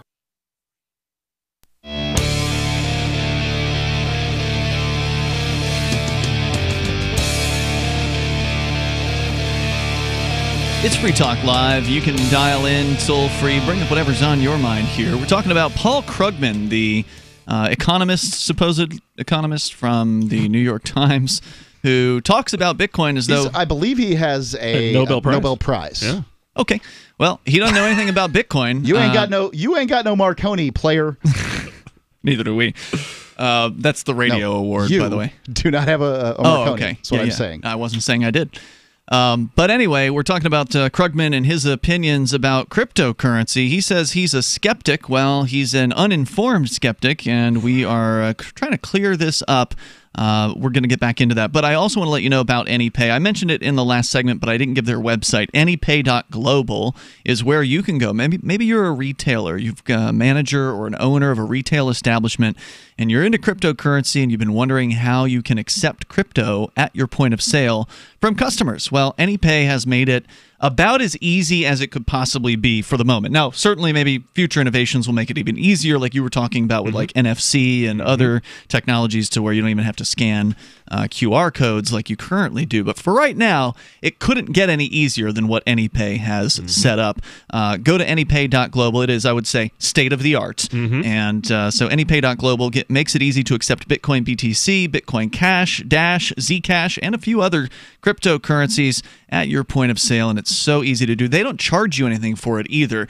I don't know how they make money. How are they making money? I don't think they are. I'm pretty sure it's an activist project by Steven, who is basically retired at age 27 because he worked for Ripple and held on to his Ripple. That'll do it. Yeah, I think he's doing pretty well for himself. I think he's got the long-term vision of that AnyPay, this is what he's explained to me at least, that AnyPay will become a success, that it will help so many businesses take cryptocurrency, that crypto will become more popular because of that the price of all the cryptos, including Dash or whatever else it is that they're holding in their reserves at AnyPay, will become worth more. And so it's just a long-term vision for the future I like that. of cryptocurrency. And this is what it takes. It takes businesses being able to adopt cryptocurrency and make it usable in real life. I mean, it's cool to go at saveatburst.com and buy something through Amazon and save 20%, but it's even cooler to go downtown Keene and grab some barbecue or a burger or pizza or whatever, or go and get your car repaired or get your hair done at a local salon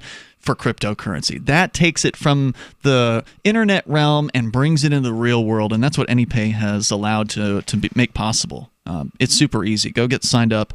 If you've already got a tablet at your point of sale, you're already halfway done. Anypay.global, all you need is your username and password. There's no paperwork. There's no government mandates. There's no jumping through hoops. It's just so easy. Within, I would say, 10 minutes.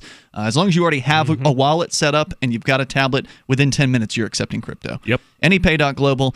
So Krugman says that the problem, he says, with Bitcoin and cryptocurrency is that you have to transfer to provide a complete history of past transactions every time you transfer Bitcoin. Just plain false. But let me go on here. He says instead of, because again, all we're talking about with Bitcoin is a decentralized ledger. That is a public ledger that exists in thousands of locations all around the planet. And those thousands of locations have full copies of the entire blockchain, which is every transaction that's ever happened. But that data doesn't transfer every time somebody hits the send button on their crypto wallet. All you're doing is you're moving some amount from one point in the ledger to another point in the ledger. You have the authorization to move the Bitcoins that you have control over, and that's it. That's right. So going on here with his critique, he's talking about the idea of friction in moving money around. So let's see. He says, instead of money created by the click of a mouse, he's talking about fiat money there, the money created by the click of a mouse, we have money that must be mined, created through resource-intensive computations. So what he's saying is, see, fiat's better. We can just have a politician go and click, or somebody at the Federal Reserve can just go and then make $1 billion more.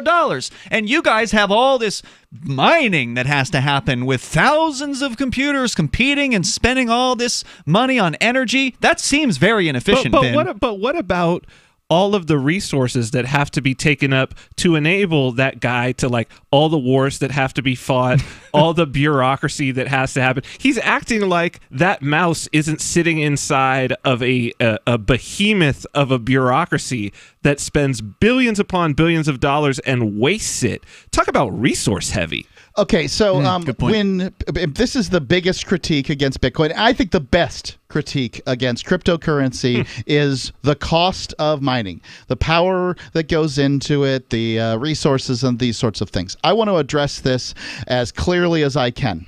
First off, because of Bitcoin mining, what we found is that processor innovation has sped up. Yep. So computers are better, faster. Because of the demand, because of the increased demand for GPUs. Is that worth electricity? Is some amount of money? Is that worth some amount of money? Does that have a value? Yes. Making at this point they've estimated about 6 months faster. CPU innovation has occurred. Is time travel in the area of CPU production worth something? And I say yes, it is. I'd say it's worth quite a bit. That's not it. Secondarily, when you compare Bitcoin and the mining operation, don't forget, it's not just about creating new cryptocurrency. It's also about securing the transactions and securing the network. Right. So, which is the miner's main role. Yes. If you want to talk about comparing apples to apples, you need to talk about comparing. You need to talk about securing U.S. dollars and other fiat currencies. Oh yes. Think about the roads required to get to banks. The roads. Think about the tellers that are required walking around doing bank things. Is that worth something? Are these people's jobs worth something? The electricity that runs the fluorescent lights, the computers right. that. That's the thing. This energy claim that Bitcoin's so wasteful is what you'll hear trotted out by environmentalist kind of critics of Bitcoin. Yep. But I don't think anyone has ever even tried to calculate the number of bank buildings, the number of, like you said, lights. How about the number of computers that are in all those banks at every single desk? ATMs. All the ATMs, the banks, the computers, the staff, everything that's there to support that entire bureaucracy is not the right word, but that entire behemoth of banking across the globe, bureaucracy. Across the planet. I can't even imagine how much that dwarfs the amount of power going into mining Bitcoin. Yeah. And so even if you don't even think about the banks and all that, I heard somebody ran some numbers between Bitcoin mining versus the resources that it has to take to mine new gold into existence, which is, again, a fraction of mining gold into existence. So, of course, there are going to be costs involved in a new money system. But when you compare the costs of Bitcoin and continuing to continue to maintain that, it is a fraction of the old banking, old money system. It's and so much more secure. So much more efficient. So much more efficient. Not only more efficient, but also more secure. Yes, indeed. Because the old money system isn't really secure at all. That's right. It's as secure as a username and password, which is crap. Anybody can crack a username and password and get into your bank account and then authorize all kinds of terrible things to be done in your name. Whereas with cryptocurrency, you get to be the security. You hold the keys to your cryptocurrency wallet. And we'll continue here in moments because we've only we're not even through whatever his second critique is yet. We're still just on this whole friction of money thing. More on the way here. This is Free Talk Live. Water is the single most important thing your body needs, so you want to be sure it's the best for you and your family. Since 2005, thousands have depended on Berkey purified water. The Berkey Guy provides the lowest priced filtration systems in every size. For incredibly delicious water now and in an emergency, get to GoBerkey.com or call 877-886-3653. 877-886-3653. GoBerkey.com. Most of you know that heart disease is the #1 silent killer in the U.S. What if I told you for just $54.95 a month you could fight against heart disease naturally? At Heart and Body Extract, we've been helping thousands of people get back to a healthier heart. Don't just take my word for it. Check out all of the success stories at hbextract.com or to order, call 866-295-5305. That's 866-295-5305. hbextract.com. Don't risk it when you can take charge of it. The Free State Project has reached its goal of 20,000 liberty lovers who've pledged to move to New Hampshire and get active to achieve liberty in our lifetime. Perhaps you're trying to figure out what part of New Hampshire should be your destination. If so, consider Keene. You'll find more than 150 reasons to move to Keene at move.freekeene.com. Keene is famous for its historic, publicity-generating activism, as well as being the liberty media capital of the world. It's home to freekeene.com, New Hampshire's destination for liberty activism, news, and opinion. For years, we've been compiling over 150 reasons to move to Keene at move.freekeene.com, where you'll learn about some of what's happening here and what makes Keene a great place to live. If you love liberty, you'll probably enjoy anywhere you end up in the Shire. But do your due diligence first. Please visit move.freekeene.com for the full list of over 150 reasons to move to Keene. That's move.freekeene.com. Radio is the most personal of mediums. I exist right now in your head. If you listen to Free Talk Live regularly, you know me. Free Talk Live is on more than 160 radio stations around the U.S. and has been downloaded on every continent around the world. Hundreds of thousands of listeners with ad packages from $600 a month to $6,000 a month. Imagine what we can do for your business, project, website, or idea. Email me, mark@freetalklive.com. Did you know we've taken our LRN.FM telephone listen line to a new level with the LRN.FM audio on demand line? Now you can call 712-770-8447 anytime and listen to LRN.FM's live feed. And you can listen to a bunch of our original shows on demand. Long distance fees may apply. Just dial 712-770-8447 and choose from the menu. 712-770-8447. This is Michael Dean from the Freedom Fiends. I've run websites since 1996 and have used over a dozen web hosts in that time. AgristHosting.com is the only one that hasn't broken my heart. Agrist Hosting's uptime and service is stellar, and their DDoS mitigation is the best I've seen. That's important because if you tell the truth in this world, you'll ruffle feathers. And some people will try dirty tricks to silence your voice. No matter what the haters hit us with, Agrist Hosting keeps our websites online. If you have a mission-critical commercial presence or a world-changing activism site, you cannot tolerate any skullduggery. So go with agristhosting.com. Have a WordPress or blog site, but you're not satisfied with performance or uptime? Or just want raw hosting? Want to pay with Bitcoin? Agrist Hosting specializes in high-performance hosting with personalized service. Go to agristhosting.com and click on the button that says Get Hosted. That's agristhosting.com. Help get LRN.FM into more ears. Visit promote.lrn.fm for a free bumper sticker, flyers, banners, graphics, and more. Promote.lrn.fm.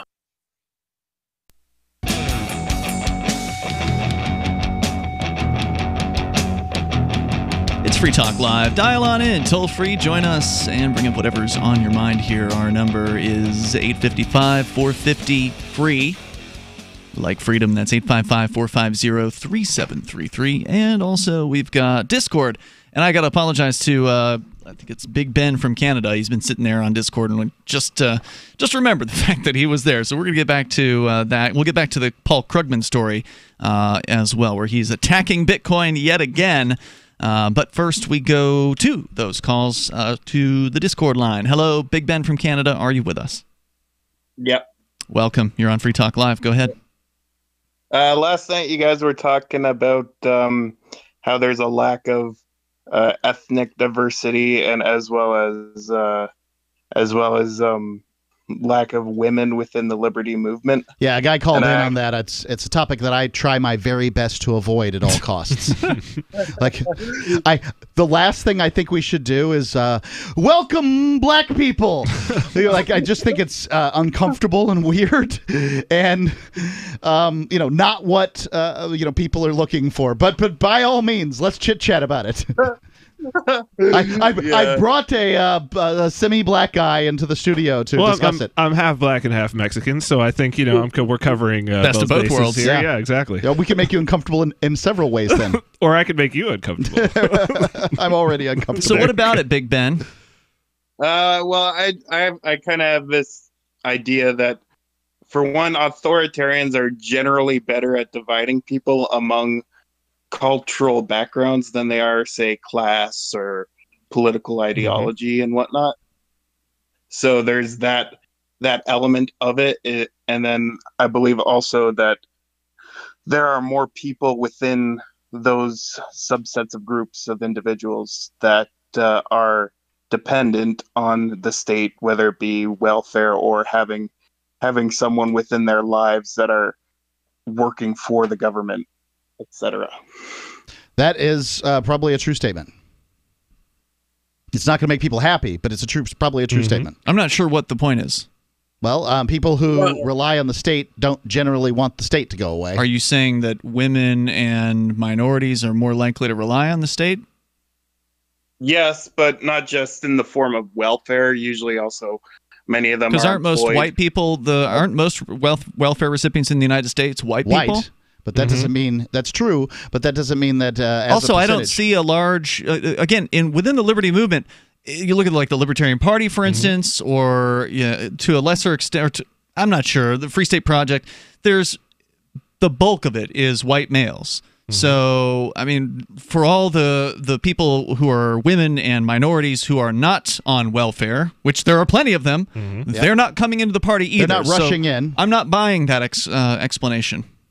I'm not saying just welfare entirely. I'm saying they're more likely to have somebody that also works for the government, and they see as anyone who's a libertarian monarchist coming in will slash those jobs, and their some works for the government will be out on their feet looking for a job and stuff like that. Okay, so now you're saying it's either welfare recipients or government workers. So you're saying that women and minorities are more likely to work for the government? That might be true. Generally, I think in some.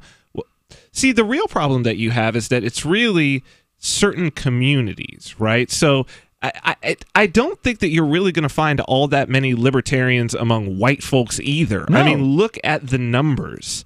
And the fact of the matter is that it's like you certainly have communities where people want to be politically active. And it seems that in, having come up in predominantly minority communities myself, there's just not saying, the people who are going out to the polls do not tend to be people who are in those particular communities that I came up in, do not tend to be people who are the most, let's say, the most self-sufficient in that particular community.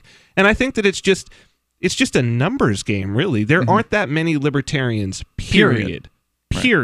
And so then if you're dealing with minorities in the first place, I mean, well, there's going to be a whole lot less.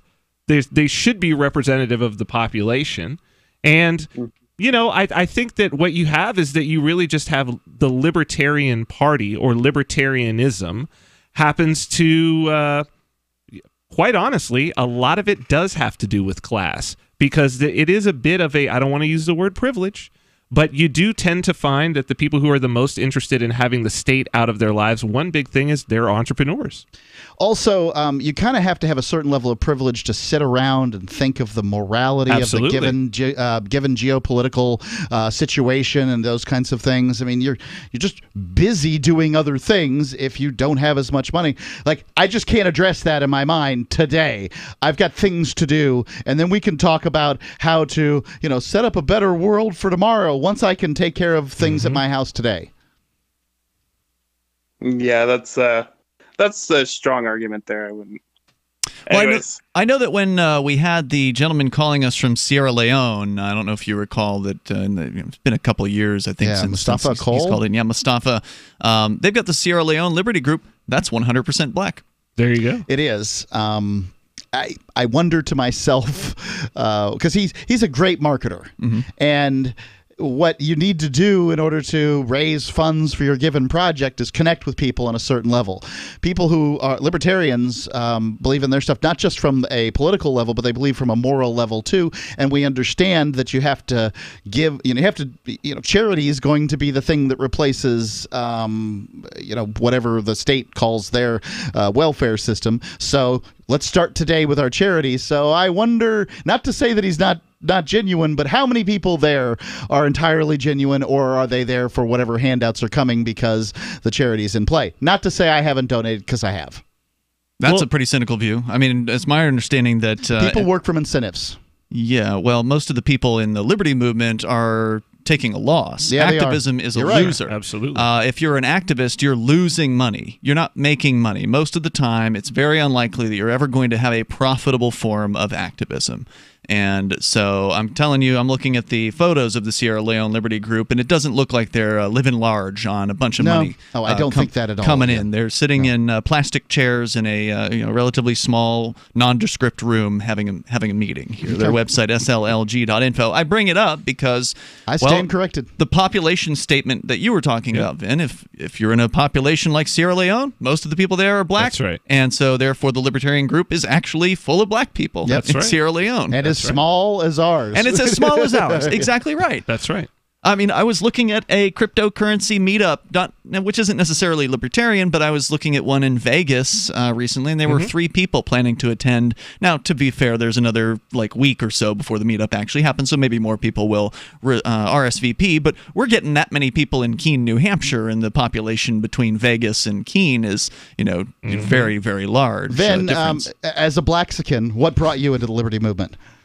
Well, I mean, I've been a hacker for a very long time. That's really what my background was. But look, I think the real question is, does it change anything? Like, how does the movement change if you just by the color of someone's skin? Like, I meet libertarians of all different ethnicities and backgrounds, and it really, I mean, there's a coherence in terms of where their mindset is at. That's what makes them a libertarian. It's not that the fact that identity politics is being played, that's really the game of, as you say, of the authoritarians. Yeah. Mm-hmm. And I think another thing to consider in this whole thing is, particularly in the United States, and like you say, there are liberty movements in other places, but particularly in the United States, there has been a huge push for the small amount of time that people who are minorities have even been able to vote. Let's not forget that fact. Yeah. Mm-hmm. Right? That, especially being down in the South, if you're a black person, you've only been able to vote for about 3 generations maximum, and there's been a push to try to do certain things to get your vote from authoritarians. Yeah, the emotional recovery takes a while. Yeah, is not in play yet. No, not yet. And I wish that it were, and I think that would bolster the libertarians' numbers because, because it hasn't occurred yet. Big Ben dropped off the line. Thanks for the call, dude. Appreciate it. Plenty of open lines for you on our Discord server, discord.lrn.fm. If you want to join us here, Free Talk Live. Do you operate a retail business and are looking for a solution for point-of-sale cryptocurrency acceptance? It's never been easier thanks to AnyPay.global. There's no paperwork or approval process to open an account. If you already have a tablet at your cash register, you're almost done. Just sign up at AnyPay.global. Drop your personal crypto wallet addresses in our setup page, and then load our app. That's it. You're accepting cryptocurrency like Bitcoin and Dash at your store. Get started now at AnyPay.global. That's AnyPay.global. Zencash is an end-to-end encrypted system with zero-knowledge technology over which communications, data, or value can be securely transmitted and stored. With both secure nodes and supernodes, Zencash recently surpassed 17,000 nodes, which means Zencash has one of the largest node systems of any cryptocurrency. These supernodes will bring network, economic, and technological improvements across the network. And the official Zencash wallet is available on Linux, Mac, Windows, and Android devices. Learn more at zencash.com. This is Jessica Armand, founder of My Magic Mud. Our team helped organize a successful effort to remove fluoride from our city's water supply. This is our passion. My Magic Mud Oral Care purifies and brightens your smile naturally. GCN listeners, please support my family business by purchasing our products from your local health food store. We're also available at CVS Pharmacy, or visit us at mymagicmud.com and take 10% off now with coupon code GCN10. Hi, I'm Dan Pilla. I started fighting the IRS over 40 years ago when they tried to seize my mother's house. I sued the IRS and won. I beat the IRS then, and I've been beating them ever since. I wrote the book on tax debt settlement, and I've helped thousands of people deal with tax problems they thought might never be solved. I can help you too. If you owe taxes you can't pay, don't wait another day. There's no such thing as a hopeless tax case. Call 800-34-NO-TAX or go to my website, danpilla.com. That's danpilla.com, danpilla.com. Is spreading the message of liberty, cryptocurrency, and peace around the globe worth $2 per month to you? As you may already know, in addition to our internet feed, LRN.FM broadcasts on free-to-air satellite across North and Central America. as well as sub-Saharan Africa. And we've been available on satellite for free 24/7 since 2010.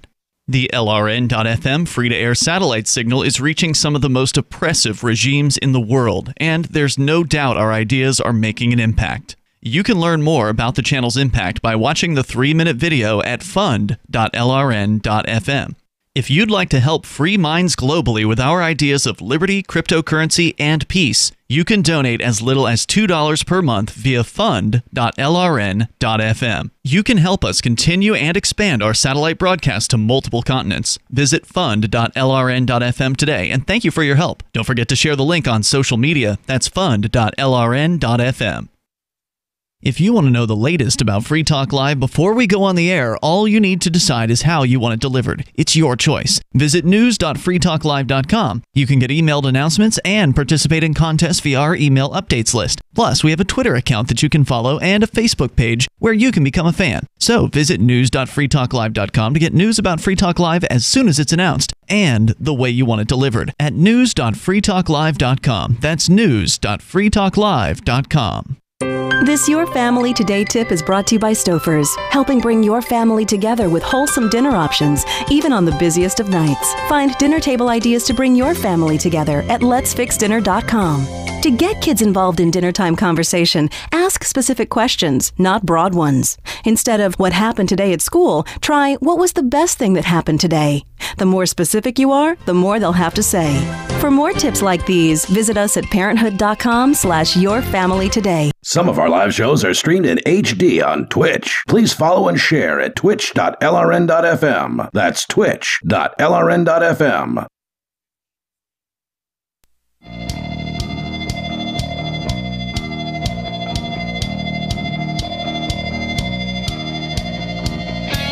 It's Free Talk Live. You can dial in toll-free and bring up anything that you want. We've been talking pretty heavy about cryptocurrency here tonight. We've got an article by Paul Krugman at the New York Times explaining why he is a crypto skeptic, and we're going to get back into that. Joining you in the studio tonight, though, it's Ian. And Vin. And Mark. By the way, coming up in 2019, they're already planning the next Anarchapulco, which is, Vin, where you and I met back in 2017. That's right. I'll be back there this year. Before you had made the move here to New Hampshire, which you did this year. So you didn't go this year. No. So you didn't get to see when this event became a sellout. So between 2017 and 2018, the 2018 year of Anarchapulco, it sold out. Now, of course, they did have Ron Paul appearing and speaking. That might have been a factor, in which case Ron Paul's coming back in 2019. Nice. So you probably should expect this one to sell out as well, which means you should get your tickets now rather than later. Planned for February 14th through the 19th. Beautiful Acapulco, Mexico, at a world-class resort right there on the beach. It's an incredible location, but the people, of course, are the reason to attend. And there were around, I think, 1,500 to 1,700, I think it was, attendees this year. I believe they're going to go for the larger space. That's at least what they were telling us this year. They're going to move up to the largest venue on this particular resort, which will hold up to, I think, 3,000 to 4,000 people. So you've got a chance to get in this time and see Ron Paul, Judge Napolitano, Doug Casey, Larkin Rose, and many more names yet to be announced. You can get your tickets now for 15% off by using code FTL, like Free Talk Live, over at anarchapulco.com. It's going to be a great lineup of speakers discussing everything from entrepreneurship to investments, politics, philosophy, health, sustainability, lifestyles, personal relationships, and I would add some weird stuff as well, because there's definitely like the whole range of libertarian to from the kind of the suits to the kooks to, you know, all over the place. They will cover topics of interest to you. Yeah, I remember the really hot lady that was burning your skin and putting frog poison on it, and then you'd puke. That didn't happen to me. No, I'm saying that was a service offered. I thought you were going to go and do that. I was, but did you not? You didn't no, I did not. My wife said, "That's stupid. You're not doing that." She smart was lady. Super hot, though. That's not the reason. She was super hot. Anarchapulco.com, code FTL. You want to be there because, well, seems like it's the top, like, #1 most well-attended libertarian event, and it was almost like a cryptocurrency event this year. There were so many crypto sponsors, Bitcoin.com and many others. Dash was there, so many crypto sponsors. Everybody was into cryptocurrency. It's great. Which, it felt more of like a crypto conference than it did a liberty conference, but ultimately it was a very libertarian, very anarchist conference. Anarchapulco.com, code FTL for that 15% off. As we go to Parker, he's in Washington State. Parker, you're on Free Talk Live with Ian, Vin, and Mark. Hey guys, how's it going? Hey, what's on your mind tonight? Oh, not a whole lot. So I'd like to tell you a little bit before we get into things about this podcast episode that I listened to last night. It's the Actual Anarchy podcast with Daniel Elwood and his co-host Robert, or as I like to call him, Bob. Okay.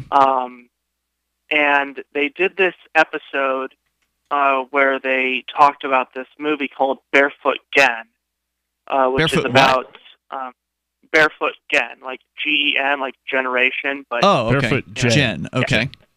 Yeah.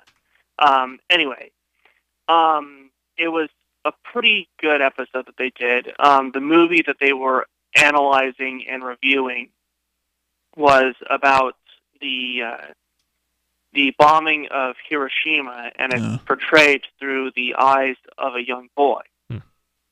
So, yeah, it's also animated. So. Sounds, horrifying. Yep. Okay. Yeah, I mean, there's definitely some stuff that's horrifying about it. Don't get me wrong, but they did a really good job. It's like the movie did a good job portraying Hiroshima before, during, and after. So let me follow. So the podcast you were listening to was talking about this movie, and what was the movie called? Barefoot Gen. That was the movie name. Okay, Gen. I'm sorry, I missed that. All right. Yeah. Okay.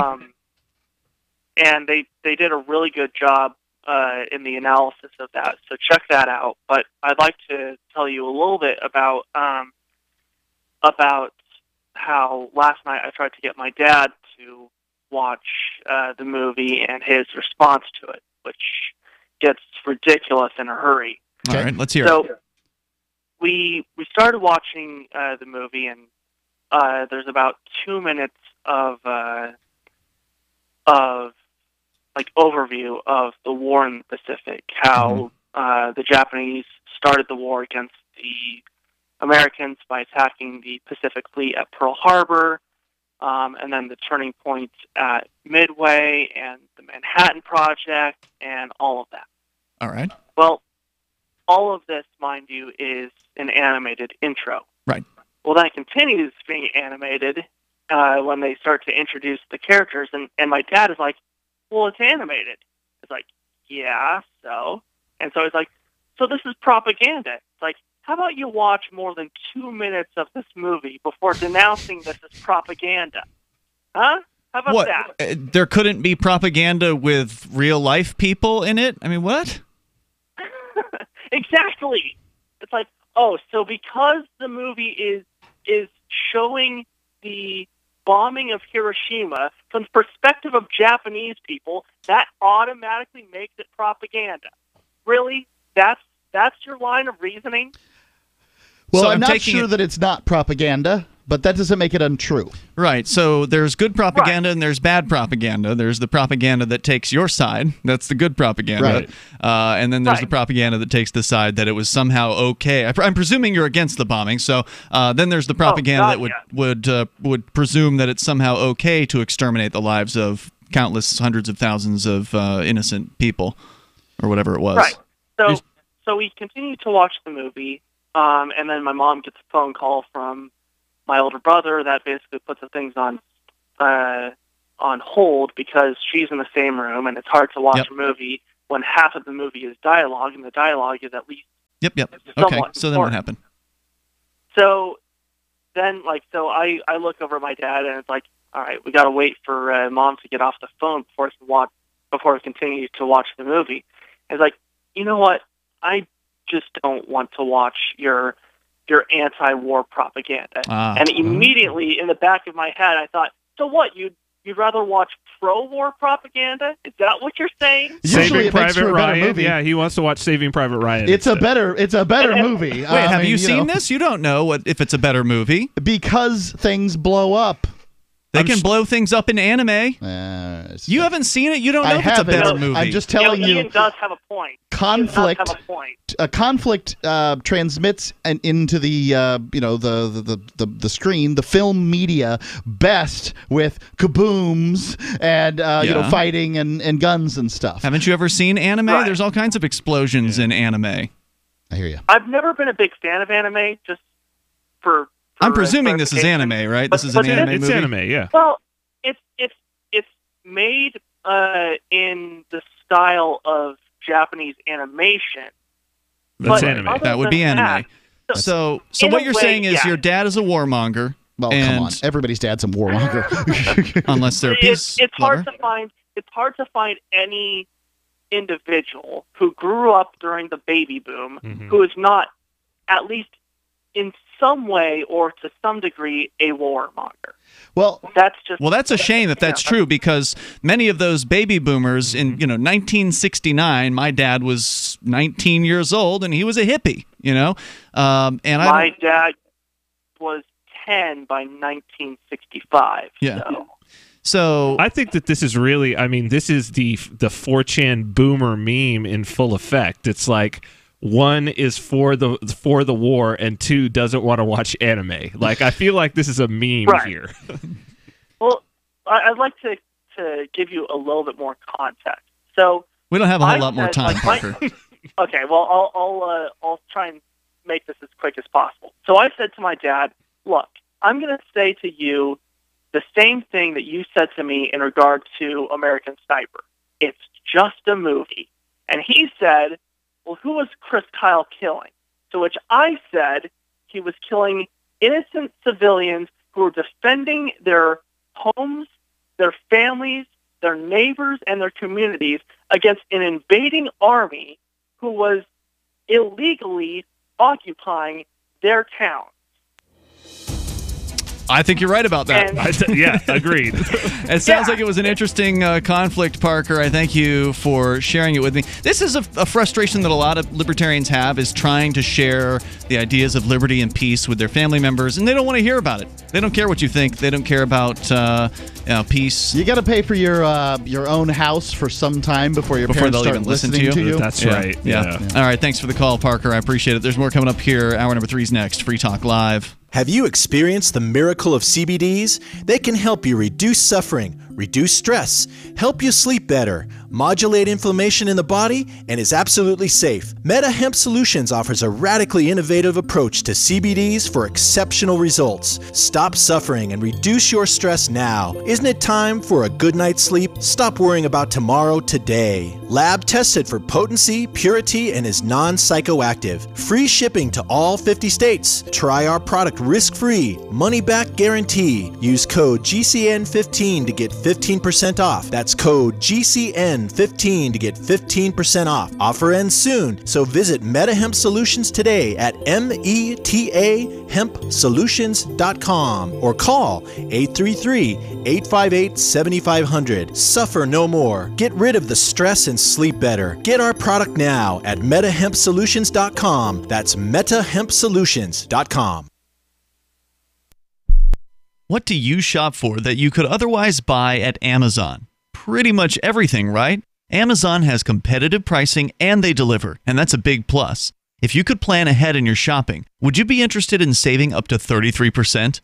There's a catch. You have to do your shopping in Bitcoin. But imagine those savings. It's like a huge raise. All you have to do is go to saveitpurse.com. We've saved thousands, and you can too. Plan ahead and save. Saveitpurse.com. Some of you asked, and now we've delivered. LRN.FM's live Keene, New Hampshire studio shows are now streamed in HD on Twitch. Visit our channel at twitch.lrn.fm and give it a follow. If you have Amazon Prime, you get one free subscription on Twitch. If you use it on our channel, Twitch will give LRN.FM a monthly piece of your Prime subscription cost. So please watch, follow, share, and subscribe to twitch.lrn.fm. That's twitch.lrn.fm. You're listening to the live edition of Free Talk Live. Hour number 3 is next after the news here on the Liberty Radio Network at LRN.FM. From Keene in the Shire, the Liberty Media capital of the world, this is Daryl W. Perry, host of FPP Radio News for Tuesday, August 14th, 2018. Silver is trading at $15.05 per ounce. Gold is valued at $1,196 per ounce. Zencash is trading at $17, and the average price of Bitcoin is $6,034. Antiwar.com reports Afghan President Ashraf Ghani held an emergency meeting on Sunday night to discuss the Ghazni crisis and ended with the decision to deploy a number of reinforcements to the city, which is being overrun by Taliban fighters. The Taliban began attacking the city on Friday and has killed at least 100 security forces since. Reports as of Sunday had them in control of the bulk of the city and surrounding districts on the outskirts. The reinforcements are leading to conflicting reports, with the Interior Minister claiming the Taliban are pushing back to just small pockets of resistance. The Taliban, by contrast, say they remain in control of most of the city. U.S. military statements, unsurprisingly, continue to downplay what they called an inconsequential fight on Friday, saying they view the Taliban in the area as isolated and desperate, and insist that the control of the city remains with the Afghan government. Zencash is an end-to-end encrypted system with zero-knowledge technology over which communications, data, or value can be securely transmitted and stored. With both secure nodes and supernodes, Zencash recently surpassed 17,000 nodes, which means Zencash has one of the largest node systems of any cryptocurrency. These supernodes will bring network, economic, and technological improvements across the network. And the official Zencash wallet is available on Linux, Mac, Windows, and Android devices. Learn more at zencash.com. UPI reports a former agent of the Immigration and Customs Enforcement was sentenced to 3 years in prison on Monday for a scheme that involved charging immigrants facing deportation for deferrals. Clifton Divers of Michigan pled guilty in January to charges of bribery and conspiracy. He and Detroit attorney Charles Busey were accused of running a scheme in which Busey took money from immigrants to obtain deportation deferrals, which Divers obtained through his power as an ICE agent. Prosecutors said Divers and Busey conducted the operation over a 6-year period that ended in 2016 when they were officially charged. They allegedly pocketed more than $50,000. Assisting U.S. Attorney Don Eisen wrote in a court filing, instead of carrying out his duties with the integrity, honesty, and professionalism he vowed to do, Divers would advance only one mission with fervor: Attorney Charles Busey's quest to exploit one of the country's most sensitive immigration programs for their own personal enrichment. Busey also pled guilty and is currently serving a 3-year sentence. After Divers was sentenced on Monday, his attorney, Art Weiss, told the Detroit Free Press that he never took a dime from anyone. In 2115 New England, there are no borders, no states, and no regulations, yet never has a more peaceful and prosperous place existed. But Mr. Drake's security company has seen better days. Faced with the prospect of waning power, Mr. Drake intends to replace the anarchy of New England with a government. But at what cost? Will anybody care? And can anyone stop him? Anarchy in New England by Joe Jarvis is available from Amazon.com and all major bookstores. Reuters reports a break in the brutal heat wave that has baked California for much of the summer gave firefighters a chance to attack a string of major wildfires burning across the state that have killed 8 people and destroyed thousands of homes. The cooler temperatures, down from triple digits across much of Northern California, came during a 2-day tour of devastated neighborhoods by 2 Trump administration officials, U.S. Interior Secretary Ryan Zinke and U.S. Agriculture Secretary Sonny Perdue. Zinke told local media during a visit that the intensity of this year's fire season, one of the worst in California in more than a decade, showed the need for clearing underbrush and removing dead trees. Some 110 major wildfires are burning across the western United States and have burned more than 8,900 square miles, an area larger than the entire state of New Jersey, according to the National Interagency Fire Center. As of Monday, the Carr Fire has blackened some 203,000 acres and killed 8 people in and around Shasta County, north of Sacramento, near the Oregon state line, with 61% of the fire contained as of Monday afternoon, according to the California Department of Forestry and Fire Protection. About 130 miles away, crews had cut buffer lines around 68% of the largest wildfire recorded in California history, the Mendocino Complex, which has already charred 344,000 acres. In Southern California, the Holy Fire, which authorities say was set on August 6 by a disgruntled homeowner in an Orange County canyon, was 52% contained after torching more than 22,000 acres and destroying dozens of cabins. CAL FIRE spokesman Kerry Wright said the increasing containment was good news, but did not necessarily mean the wildfire season was quieting down. This has been FPP Radio News, online at fppradio.com. Yesterday, two groups of men shot at each other near Bagram Base, where I am. Today, the soldiers are happy about some of the men dying and sad about other men dying. Sergeant First Class Aaron Tomlin is only sad about 4 of the dead people. It's a long, tough day here. We lost 4 good men. No, 27 men died. 4 American soldiers and 23 Taliban soldiers. You said that 4 soldiers die and it makes you sad. But you said when Taliban soldiers die, it does not make you sad. I asked Base Commander David Hawkins to make it make sense. The last thing we resort to is hurting anyone. But you have to understand, it's our job to keep the American people safe from our enemies. And sometimes that includes... So if you kill your enemies at your job, it is not sad. Well... What if I killed my enemy Ryan at my job? It would not be sad? No, you shouldn't do that. But he is rude to me. He steals my yogurts. He makes fun of the way I talk. Look, only soldiers can kill without getting in trouble. Okay. Are you going to kill Ryan? No. It does not make sense. This is the Onion News Network.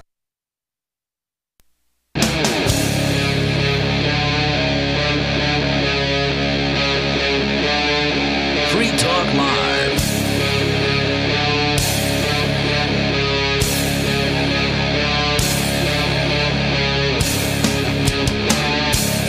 This is Free Talk Live. We're launching into the third hour of the program. You are, as always, invited to take control of the airwaves here and bring up anything that's on your mind. Our number is 855-450-FREE, like freedom. That's 855-450-3733.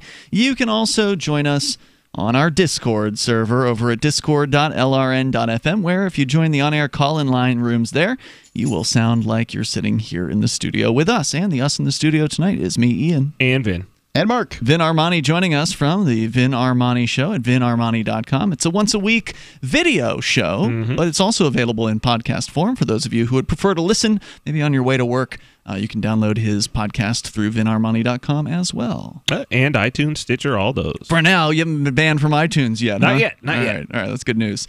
Let's go to Gregory. He's in Brooklyn, New York. And then, speaking of New York, we'll get back to Paul Krugman and his opinions about Bitcoin, because we still have not yet trashed all of his opinions quite yet. Gregory, you're on Free Talk Live. Go ahead. How are you doing? Excellent. So I kind of wanted to talk about open source software. All right, and sure. Science. So I think I said in my earlier call that I think capitalism is the second best system for organizing people and resources. And the reason I say that is because I think something better than that is to have less ownership, like when you have in science or open source. And I could give tons of examples, but essentially it takes longer to get started. But after it gets going, open source takes over and provides more wealth for everybody involved. Well, and we were talking about this a little bit earlier when we were on the Krugman story about how the open source, Bitcoin, all these cryptocurrencies, nobody has to ask permission. There's nobody who truly has any real ownership claim over any of these ideas. They're out there. Anybody can utilize them. Anybody can change them. Anybody can make them better or worse and, try their hand at marketing it and, getting their product or service out to the masses. Like you said, Vin, when you launched Cointext.io to make it easier for people to send and receive crypto via cell phone numbers, you didn't have to go and beg for a licensing agreement from anybody. Nope. You just went and created your own code and did your own thing. And that's what you're talking about, right, Greg? That's what I'm talking about. And I'm curious if we brought this into other areas of the economy, how well could they do? I'll give a couple examples. Okay. First, let me give maybe 5 examples of how open source just trounced capitalistic models. So, for example, you had Encyclopedia Britannica. Great, very famous encyclopedia. Salesmen used to come door to door. They might be out of business now. They are out of business. Yeah. Yeah. Yeah, and why? Because Wikipedia took off, right? It's because, Encarta is not being spoken of very much either. Right. Because Wikipedia is just tons more articles and pretty much the same quality, I would say.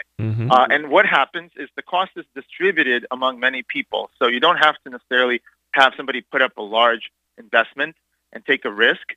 but it's enough of a small risk that anybody can take a few minutes of their time and picks up an article here. It looks like Britannica.com is online. Maybe somebody bought the intellectual property. I couldn't say anything about other than there's a website that claims to be encyclopedia. No, I looked it up recently, and they've quit. They quit printing, I think, back in 2012. Years ago. The books? 2012, yeah. And who the hell's ever gone to Britannica.com to do anything? Nobody. Ever. This is the first time ever. Right. So they You went to see if they still existed. That's the only reason. Anyway, go ahead, Greg. They're going to stop printing a lot of the newspapers at this rate. So let's look at the news, for example. There's a crisis, right? Since the Internet's disrupted a lot of the journalistic model of selling newspapers, now they have to rely on advertising. Mm-hmm. And that leads to clickbait and a race to the bottom. Well, no, they've always relied on advertising. Let's be clear. Newspapers, even though there was a subscription rate, that was just to basically help subsidize the printing. If they didn't have advertisers, they wouldn't have been able to afford to distribute the newspapers at all. So newspapers historically have always been advertiser supported. There's nothing new under the sun there. Right, that's true. But also we hear a lot of the time, just like with the music industry earlier, the hand-wringing saying, hey, the sky is falling. How can we get good journalism paid for when no one's going to pay for the news, right? It's a good question. Mm-hmm. What's your answer? So it is in a capitalistic model. Yeah, it's a good question. How are you going to sustain capitalism when everything is raced to the bottom and it's free? But obviously, you could have a wiki news. Or again, you could have citizen journalists with their phone. There's absolutely no reason why a professional journalist has to go all the way to Cambodia to film something when you've got plenty of people in Cambodia. If you allow them to simply go and document it and have a fair system where they can actually contribute to a growing snowball of news, you can get lots of news and it wouldn't be as biased either.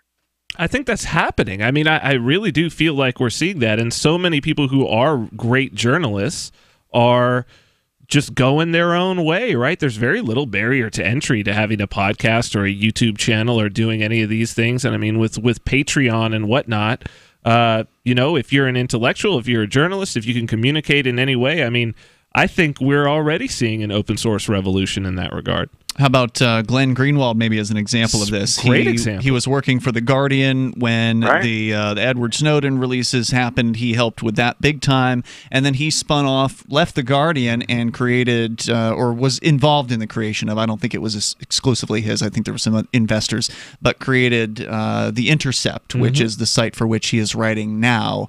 Is that kind of what you're talking about, Gregory? Or are you talking about more decentralized, more bottom-up, citizen-level journalism? Even more decentralized. I'm basically saying owner-less, right? I don't claim credit for a Wikipedia article.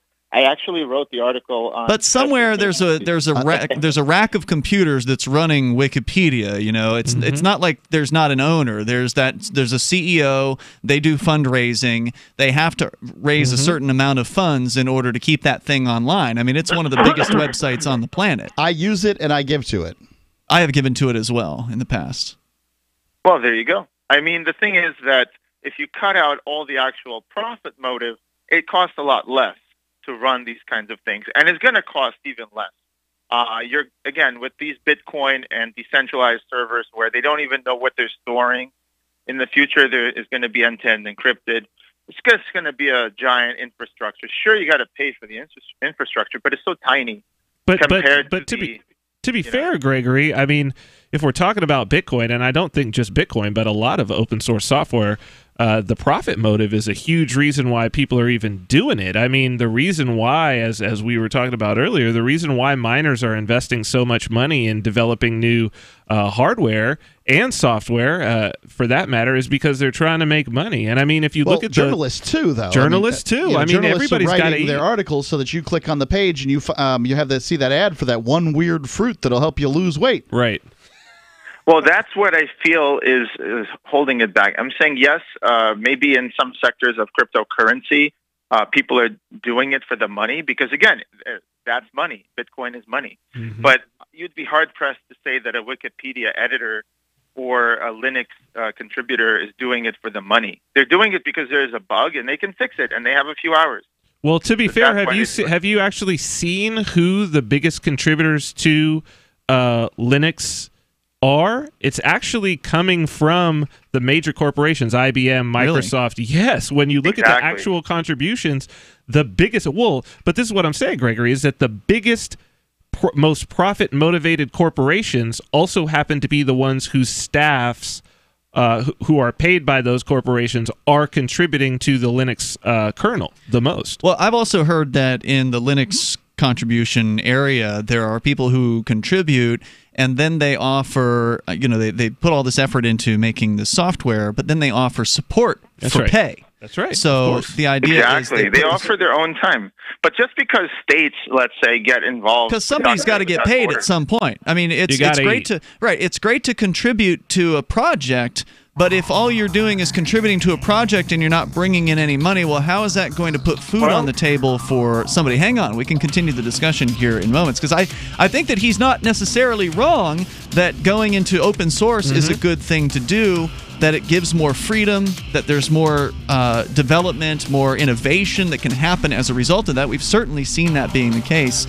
But there also has to be some sort of a revenue stream, otherwise somebody's going to give up being a journalist. That's right. It's Free Talk Live.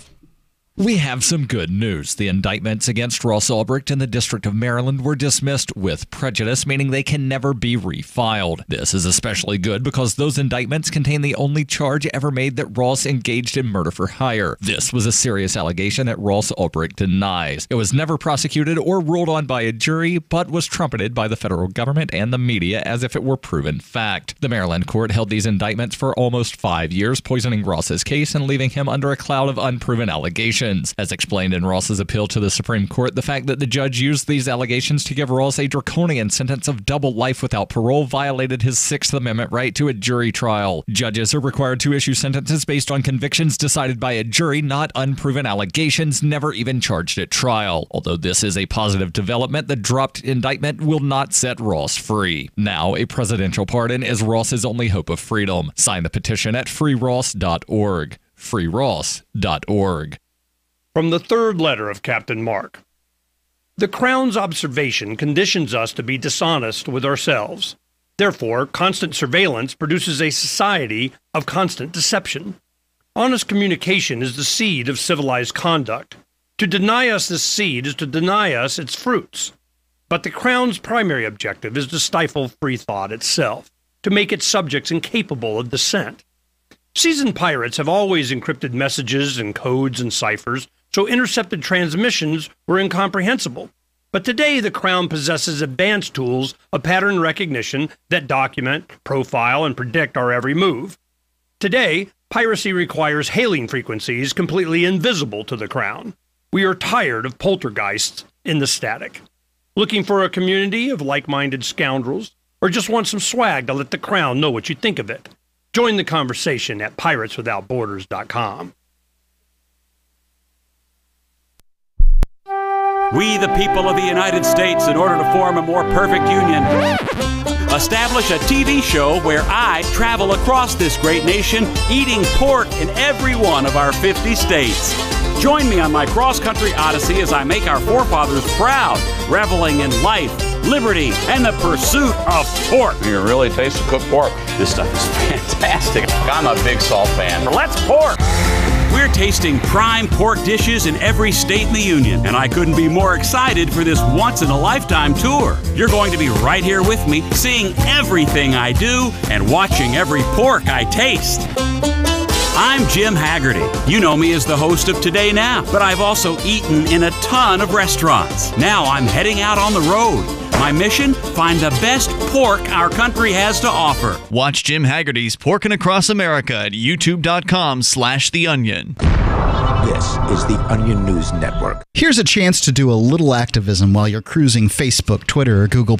Between the LOL cats, the recipes, the hot girls, and the inspirational sunrise memes, Free Talk Live's posts pass by your newsfeed. Like them, comment. It gives us more exposure. If you don't see our posts, click like at facebook.freetalklive.com and then hover over it to click Get Notifications. It's an easy way to spread the ideas of liberty a bit further. I know you're busy, but you can spare that tenth of a calorie it takes to click on something. facebook.freetalklive.com. Looking for a great real estate investment? Consider New Hampshire, which is ground zero for the Liberty Movement. Your first call should be to Mark Worden from Porcupine Real Estate. He's more than just a real estate agent. He's your New Hampshire concierge. Where are the best places to live? Do you want farm, city, the burbs, or forest? Do you want a duplex or multifamily building so that renters pay your mortgage? There are homes in all price ranges in New Hampshire, and Mark can help with financing too. Invest in liberty and property. Mark Worden can help. PorcupineRealEstate.com.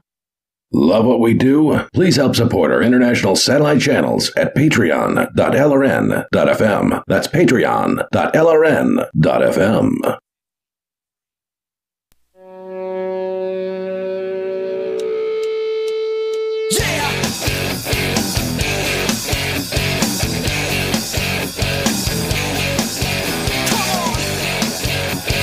This is Free Talk Live, and you can bring up whatever you want. Just take control of the airwaves here. The number is 855-450-FREE like freedom. That's 855-450-3733. Discord. On-air call-in lines are available to you as well. The Discord lines are on our Discord server, which is a place where listeners can go and chat with each other and some of the hosts of the show over at discord.lrn.fm. And there are 3 call-in lines available to you there of a very high quality. You'll sound almost like you're in the studio with us. Discord.lrn.fm. You can grab the app for Linux, for Macintosh, for Windows, for your smartphones, iOS, Android. Go to discord.lrn.fm. Libertarians got to know Tom Woods during the Ron Paul campaigns of 2008 and 2012. He is a New York Times best-selling author, has written over a dozen books, including The Politically Incorrect Guide to American History. Since September of 2013, Tom has been putting out The Tom Woods Show every single weekday, which is a tremendous level of dedication to the libertarian podcast craft. That means he's racked up approximately 1,200 episodes so far and has had great guests like Ron Paul, Judge Andrew Napolitano, David Stockman, and hundreds more, with topics including war, the Federal Reserve, net neutrality, the FDA, Austrian economics, and other subjects of interest to libertarians. Find The Tom Woods Show online at tomwoods.com or search for Tom Woods Show in your favorite podcatcher. As we go back to Gregory in Brooklyn, New York, he's calling about open source, saying that an open source economy would be better than a so-called capitalist economy. Now, to me, the word capitalist is very confusing. I think there's different kind of definitions that people have for it out there. I like the idea of a free marketplace, and I'm also against the idea of intellectual property. So I'm open to this, Gregory. I like open source. You use a lot of open source stuff. I use open source stuff, not exclusively. I'm running Windows on the main studio computer here, but we do have Linux in use. My laptop runs Linux, Linux Mint right now, and I've been using that for more than a year. And Linux Mint's the first time I've actually been really happy with a Linux distribution. Yeah, I got sick and tired of Ubuntu and moved back to Windows. Ubuntu is not that good on the desktop. Yeah. No. But Linux Mint, I've been Does that really include happy the laptop too? Is that the same thing? Yeah. Okay. Basically, yeah. So, Gregory, you're back on Free Talk Live. We've been talking about, you were giving us some examples of how open source has changed things, Wikipedia being a great example of essentially Wikipedia has killed the encyclopedia business. And good, good riddance. Who the hell needs a stack of tomes of books that you have to get new versions of every single year? I mean, the whole concept of an encyclopedia seems so antiquated at this point. And we needed it in the marketplace to establish the value of an encyclopedia. Sure. Wikipedia wouldn't exist if it weren't for Britannica. If it weren't for a whole bunch of families in the 70s and decades prior to that spending hundreds of dollars in their children's future with these big sets. Thousands of dollars. Yeah. I think they were very expensive. I've never purchased one. I want to thank everybody who did it. Yeah, no doubt. I mean, we had to go through some of these old ideas to get to the new ones. There's no doubt about it. Linux would not have existed without these very incredibly expensive Unix-based operating systems that people could only use if they were in very high levels of industry or academia. That's the entire reason why Linux took over, was because it finally gave access to people who otherwise valued these Unix systems. I'm interested in talking more about the journalist aspect, because I think everybody can acknowledge, Wikipedia, great idea, and people do donate to that. So the money is there to sustain that particular model. But the transitioning from what we had as far as private companies running journalistic AP, AFP, CBS, Fox, all these different organizations, to a more open source, decentralized news system that can somehow be funded, that's a bit more of a challenge. What I'd like to point out while we're talking about this and extolling the virtues of independent producers, independent journalists, is that Alex Jones is the runaway winner in this, and most of the stuff he reports, as I hear, isn't really true. So, when you... According to whom? When you leave the journalism in the hands of independent journalists, then what do you get? I don't know. When I was on the show with him, this is the last time I had any communication with Alex Jones, he claimed that a North Korean submarine blew up that oil derrick that was in the middle of the Gulf of Mexico. I don't know anything, and none of us do. He claimed that the shootings in, Connecticut were fake. But then he claimed they weren't.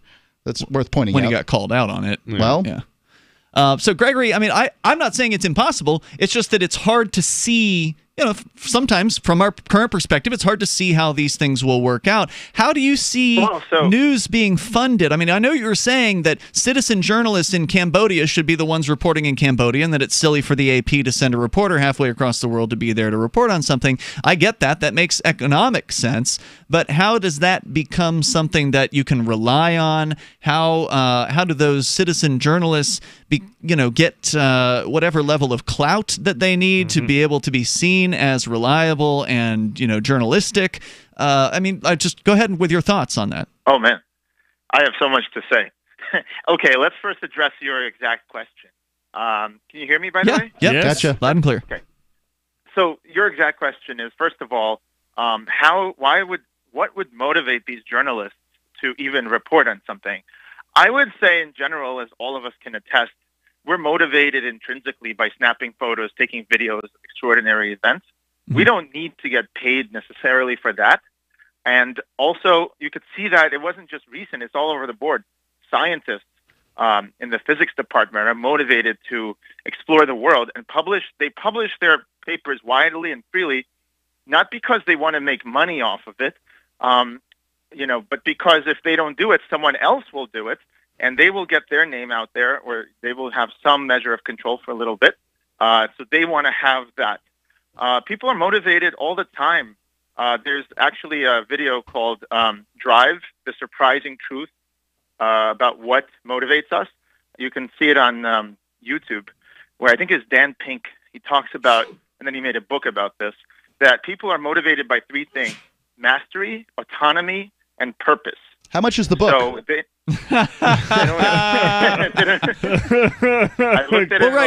you master a craft to make profit so you can sell the things that you're mastering to other people. The truth is in between these two, Greg, and I'm sure you understand that. You have to make enough money that you can be able to do these extracurricular activities, but many times I won't do these activities that you're talking about, the extra stuff, the free stuff, unless it's easy for me.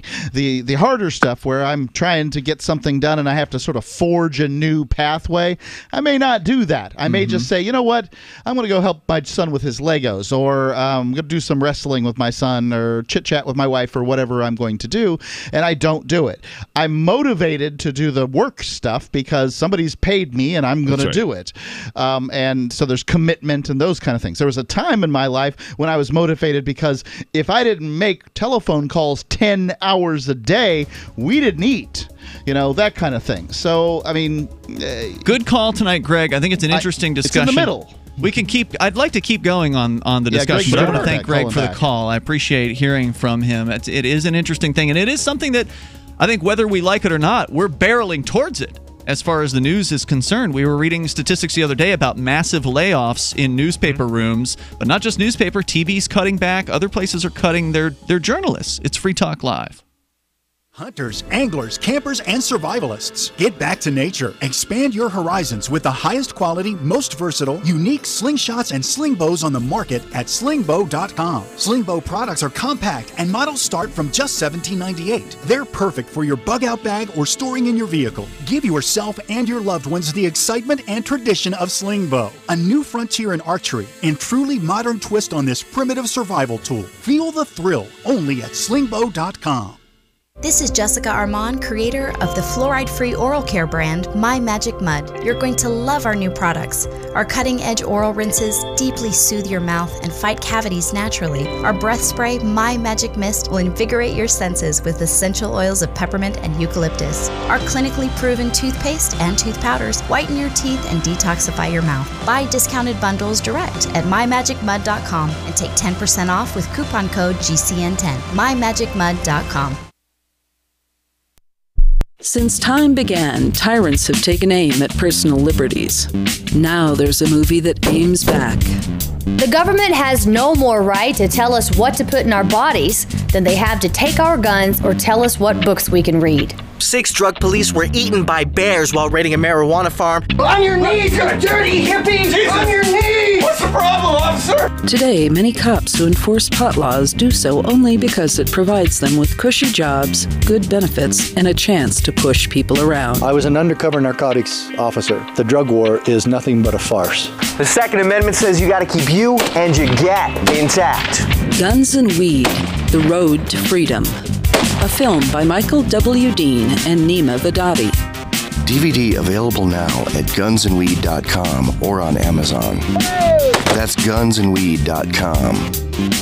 Makes the perfect gift. Remember, that's gunsandweed.com. Are you tired of governments murdering people around the world? Stop using their money. There is an alternative. Bitcoin is a stateless, free market, non-political currency. Bitcoin cannot be inflated or controlled by any government. By using their money, you are helping the state. You have an incredible alternative available now. Learn it, use it, spread it. Get started with Bitcoin at bitcoin.com. That's bitcoin.com. So you've heard all 3 hours of the latest episode of Free Talk Live, and you're still hungry for liberty-oriented audio content? Did you know that we have another 24/7 audio stream at LRN.FM? The Liberty Radio Network airs the latest episodes of some of the best liberty-oriented podcasts on the internet around the clock. In addition to recorded content, you'll also hear live shows like Free Talk Live, originating from our Keene, New Hampshire studio. So listen anytime at LRN.FM. That's LRN.FM. This is novelist Tom Robbins. When my mother was diagnosed with glaucoma, her conservative Virginia physician told her there was only one treatment that might ease her pain and save her eyesight. That treatment was medical marijuana, which he could not prescribe. I offered to get her some and teach her how to use it effectively, but my father objected because marijuana was against the law. So my mother, who loved to read and walk in nature, was condemned to grow cruelly, unnecessarily blind. Tragedies like this happen all the time, but they don't have to keep happening.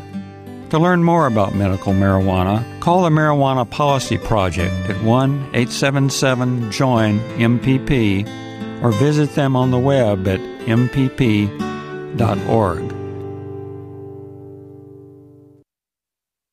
This is the Liberty Radio Network, broadcasting the latest liberty-oriented audio content 24 hours a day at LRN.FM.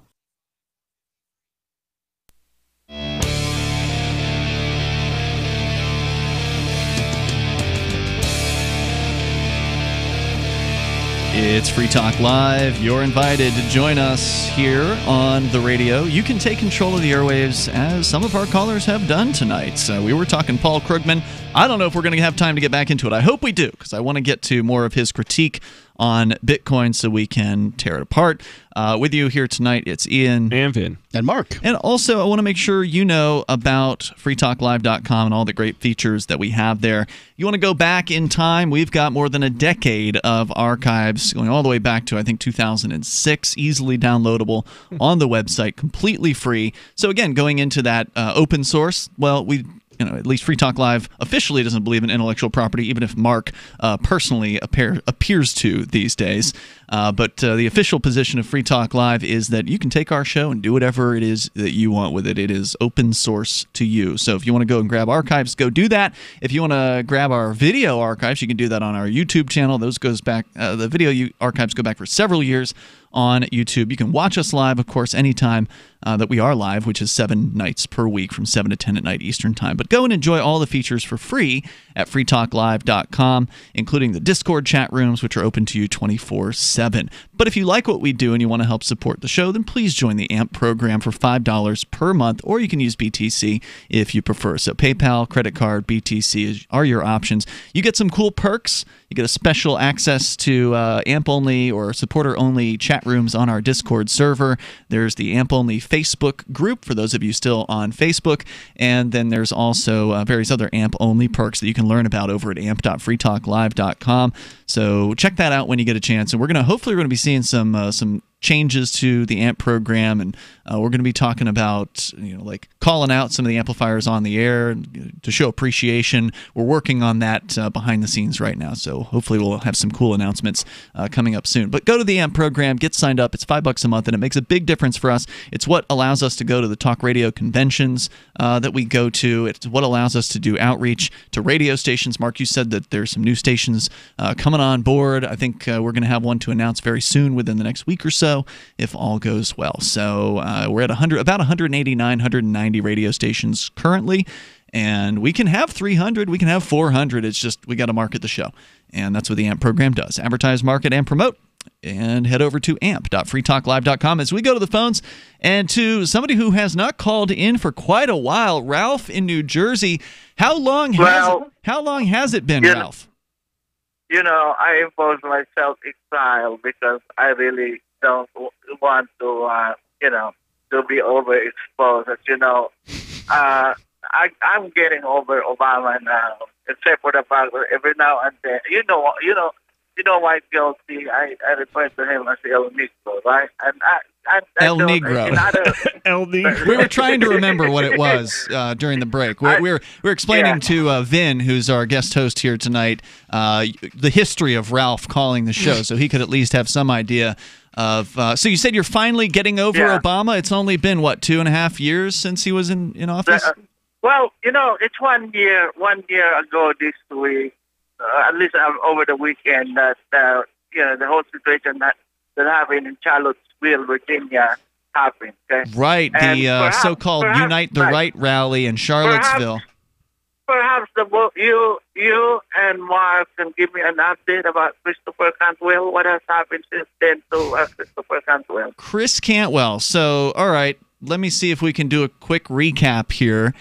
For those of you who saw the news about the Unite the Right rally that happened in Charlottesville, Virginia last year, the Vice... Cantwell's the crying Nazi. The Vice documentary about it focused on He's the one on Chris. My mind. Chris Cantwell is a former co-host here on Free Talk Live, and we fired him a few years ago because it turned out he was becoming a racist. We don't think he was a racist originally when we brought him on, but then he became one.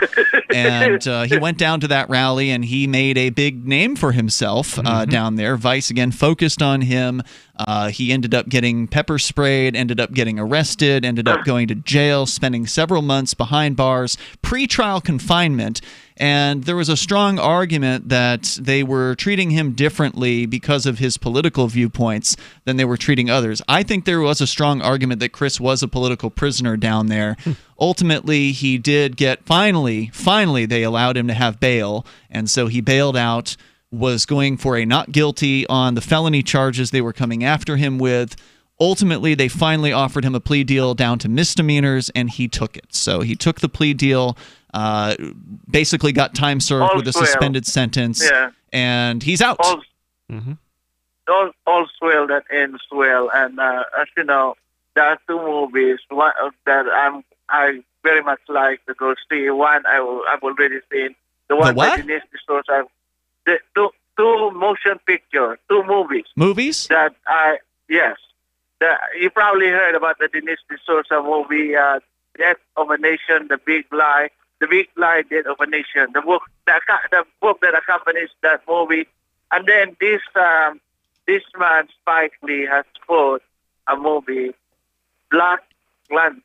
It's a true story. Black Klansman? Yeah, Black Klansman. Yeah, it's a true story. Right. This is Spike Lee, right? Spike Lee, yes. True story. Yes, Spike Lee. Now, the one thing I don't like, based on the review now, is to put this smear campaign about President Trump. President Trump never was in the KKK. President Trump was never in the KKK. Who is saying that President Trump is in the KKK? I've never heard that allegation. I don't think they have a very big chapter in New York. The President Trump never went out of his way to solicit support. But I can tell you that Aníbal Obama went out of his way to sing Hosanna and praises to Robert Byrd. I couldn't understand what that was. No idea. Animal Obama went out of his way to do something racist, something. To sing the Hosanna and praises about Robert Byrd. Remember Robert Byrd, the late Robert Byrd? Robert Byrd. Robert Byrd. Yes, he's a politician, right? But Robert Byrd was in the KKK, though. He admittedly was. Obama in the KKK. praised him. Hugo Black too. Hugo Black and a few other people. The history of the KKK, and you cannot rewrite or twist things around. Now, would you join the KKK? If they would have you, would you join the KKK, Ralph? No. No? Okay. That's refreshing. No. For listeners that don't know, Ralph is a bit of a racist when it comes to... He obsesses upon race. Yeah. I think it's probably the best way to describe it. Well, he may actually believe that... Well, he may believe some races are more, better than others. That's a good question to ask him. Ralph, do you believe that some races are better than others? More equal than others? Well, the whole situation with Virginia... I'm sorry, I asked. I can't even understand a word of what situation with Virginia. The whole situation with Virginia, with what went on down there in Charlottesville, Virginia, if you want to be fair and balanced about things, the Democratic Party is playing both sides against the middle. And what they're gaining out of doing it, I do not know. Probably more power, because if you can play different groups of people against one another, you can kind of establish yourself in more levels of control over people. By the way, Mark, didn't you guys talk about Sunday night, this Unite the Rally Part 2 that went on? Wasn't it like 24 white supremacists versus a bunch more Antifas or something? Yeah, they think at any given time that you couldn't find more than 2 or 3 dozen of these Unite the Writers, and but maybe there was more than that over time. Mm-hmm. That's still, I mean, we're only talking about a few dozen at that point. Cantwell was quoted as saying that the organizer is literally a mental patient, and that he was sorry that he participated in his event that was in Charlottesville last year because the guy is a mess, and that he's the reason that it all turned the way it did, and that kind of There's thing. There's an interesting follow-up that I would recommend to anybody that's interested in kind of seeing what the latest is on these Unite the Writers or white supremacists or whoever they are, this group. The Vice documentary, the same girl that did the report on Cantwell originally has filed a follow-up report where she comes to Keene and goes into his house to interview him. And it's very interesting. She does a follow-up on Cantwell. She does a follow-up on the other 2 main guys. And basically the whole thing's a mess. They're all broken up. Nobody gets along with one another. Their movement is going nowhere. The Bitcoin.com wallet is a simple and powerful full-featured wallet that allows you to send and receive Bitcoin, BTC, and Bitcoin Cash, BCH, with anyone, anywhere in the world. It supports both single and multi-signature wallets and is available in multiple languages. The Bitcoin.com wallet is available on Windows, Linux, Mac, Android, and iOS devices. Use the Bitcoin.com wallet to buy, send, store, and receive both Bitcoin, BTC, and Bitcoin Cash, BCH. Learn more at wallet.bitcoin.com. That's wallet.bitcoin.com. What's What's more profitable, running your business or doing bookkeeping? Doing your business, of course, but you want to keep your books so that you can maximize your tax savings, right? What if I told you that there's a person that's a bookkeeper, accountant, and law school graduate that's also a hardcore libertarian? My name is Melanie Johnson, and I hate the state. I will aggressively help you to minimize your tax exposure and maximize profits, all while staying within the law. Melanie's your best choice for your taxes and bookkeeping needs. Go to tax.freetalklive.com and check out our website, tax.freetalklive.com. Hi, I'm Dr. Bill Deagle, MD, AAEM, ACAM, A4M, of NutriMedical.com, and a consultant providing email advice free on advanced protocols for your optimized wellness and advanced technologies to heal and regenerate you. You can contact us at NutriMedical.com, that's NutriMedical.com, or 888-212-8871. You get free email starter protocols of our top medical-grade nutraceuticals, initial testing, and recommendations for your own primary doctor to do, as well as recommendations to give you an idea of a consultation and a full protocol to try to help you regenerate your tissues, heal naturally without the use of toxic polypharmacy. I can send test kits to you as well anywhere in the world and provide you recommendations to referral of specialty clinics worldwide. So contact me, Dr. Bill Deagle, at NutriMedical.com. That's NutriMedical.com or 888-212-8871.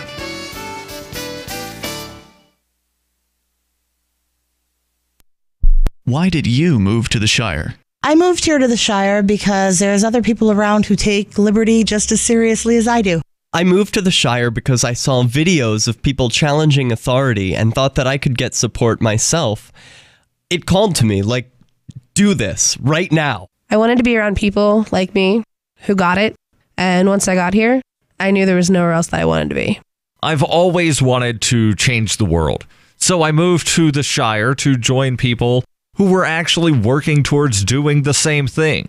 The people here are awesome, loving, and positive. It was for the adventure and for the feeling of something important is happening here, and I just wanted to come to sort of be part of that. Visit ShireSociety.com to read and sign the Shire Society Declaration and learn the reasons why, if you love liberty, you should immigrate to the Shire. Plus, add yourself to the Shire map at ShireSociety.com. That's ShireSociety.com. LRN.FM is proud to announce our official listening apps for Android and iOS devices. Now you can easily tune into our streams anywhere, anytime on your smartphone or tablet. Just visit apps.lrn.fm or search for LRN.FM in the Android or Apple app stores. Please download, rate us 5 stars, then share the link on your social media and let your friends and family know how you're listening to LRN.FM. Download it now, free at apps.lrn.fm.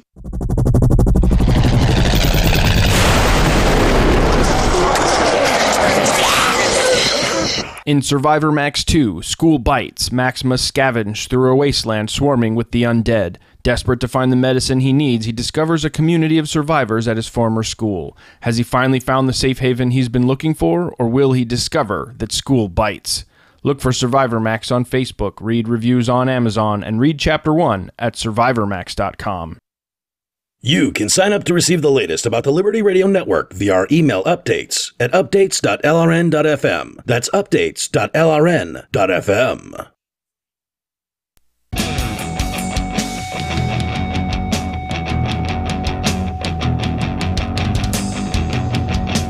This is Free Talk Live, and you can bring up whatever you want here. The toll-free number is 855-450-FREE, like freedom. 855-450-3733. Joining you in the studio tonight, I'm Ian. And Vin. And Mark. Vin, you just brought us some breaking news. Yeah, this is on CNET. Twitter suspends InfoWars host Alex Jones's ability to tweet, but I guess that it is for he's on a 7-day. What is up with this timeout?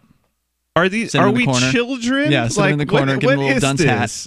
7 days. He's 7 days. He's not allowed onto Twitter. It's almost more insulting to be put on timeout for 7 days than to just be banned completely.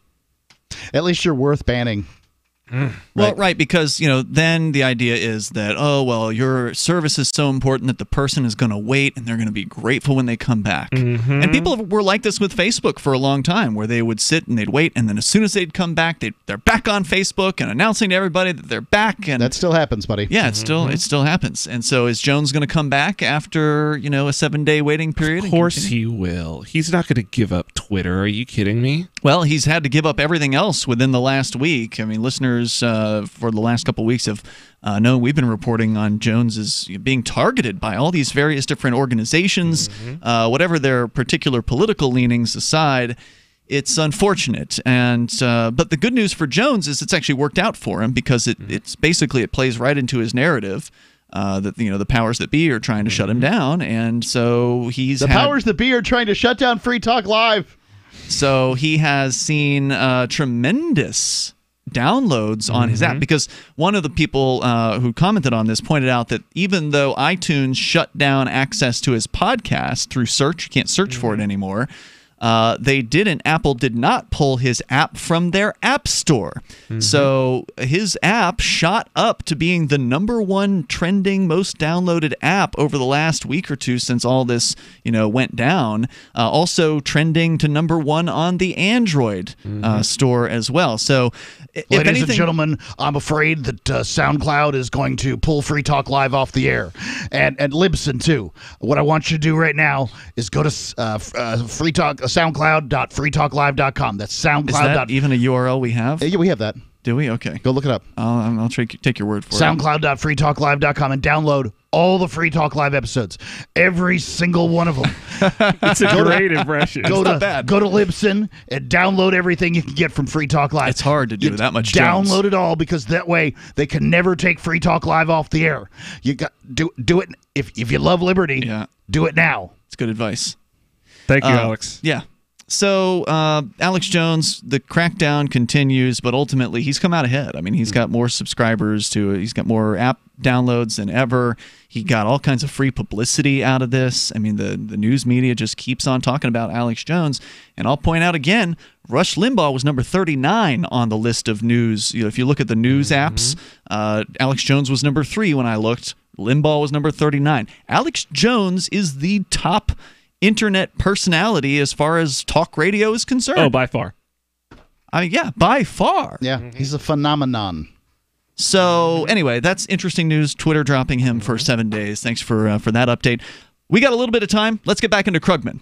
So Paul Krugman over at the New York Times saying Bitcoin's a problem, that it goes in the other direction against the trend of money to make transactions more frictionful, but that's false. We know that Bitcoin is actually more frictionless, or it has less friction than other forms of money. And we pointed that out. We didn't just take them at their word for it. Correct. And then let's go on here. He says these costs aren't incidental, something that can be innovated away. As Brunnemeyer and Abadi point out, the high costs making it expensive to create a new Bitcoin or transfer an existing one.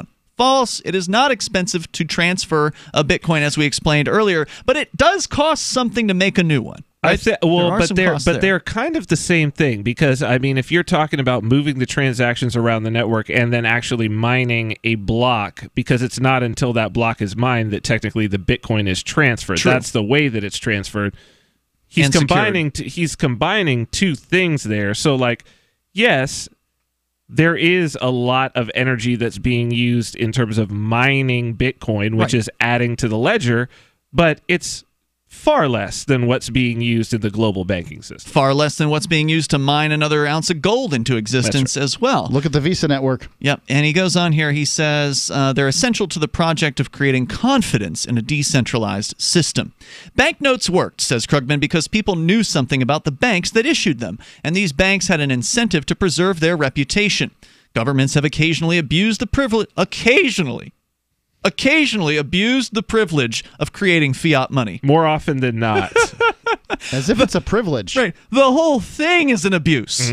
The idea of government-created fiat money systems are an abuse. But anyway, he goes on. But for the most part, governments and central banks exercise restraint. Again, because... Well, they have to. Well, he claims it's because they care about their reputations. Well...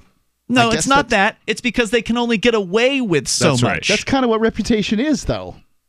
But people don't really even know anything about the fiat money system. I mean, the average person doesn't have any. It wouldn't take long if they began just pumping USDs. Right, look at Venezuela. Well, or yes. Zimbabwe. Exactly. Yeah. The people don't have to know what's happening for the people to react to what's happening. I mean, they're not abusing their privilege with the air quotes for any other reason except they don't want people to storm the gates of government because they've inflated the currency and hang them from a gallows. You know what I mean? If Bitcoin only keeps the United States Federal Reserve in check to some small extent, it's been worth every single dollar spent. Absolutely. But you're supposed to be sure that a Bitcoin is real without knowing who issued it. So you need the digital equivalent of biting a gold coin to be sure it's the real deal. And the costs of producing something that satisfies that test have to be high enough to discourage fraud. It's cryptographically secured. It's like you can literally do it with a piece of paper and a pencil.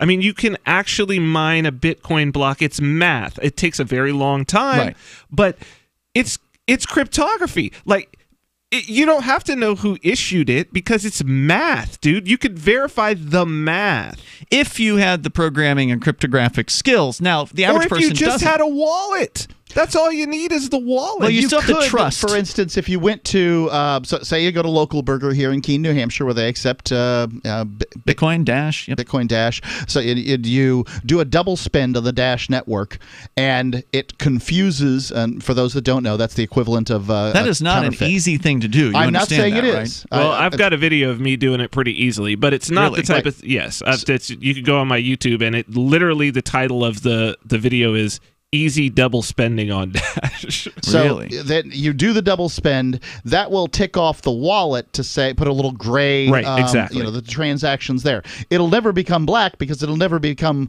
confirmed. That's right. But it will confuse the server enough, the person handing out hamburgers, that you might be able to get somebody for $10 hamburger. Now, if you were buying a car, on the other hand, they're not going to let you out of the car dealership until you got 6 confirmations. But and that's only now. I mean, yep, that's true. When this is something that those of us who are working on point of sales and payment systems, we're thinking about it, and it's only because we're in the baby steps that this is not going to be an issue for very long. Not at all.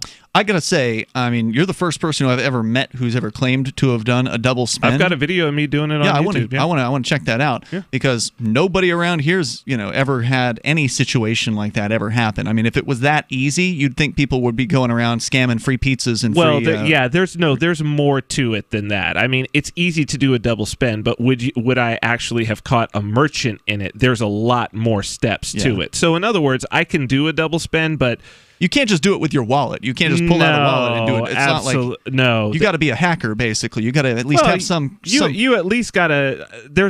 Let's just say that it's a little more nuanced than just. It's not that easy. It's very unlikely that I could even pull it off on a local merchant here. All right, so let's see here. He says, in other words, cryptocurrency enthusiasts are effectively celebrating the use of cutting-edge technology to set the monetary system back 300 years.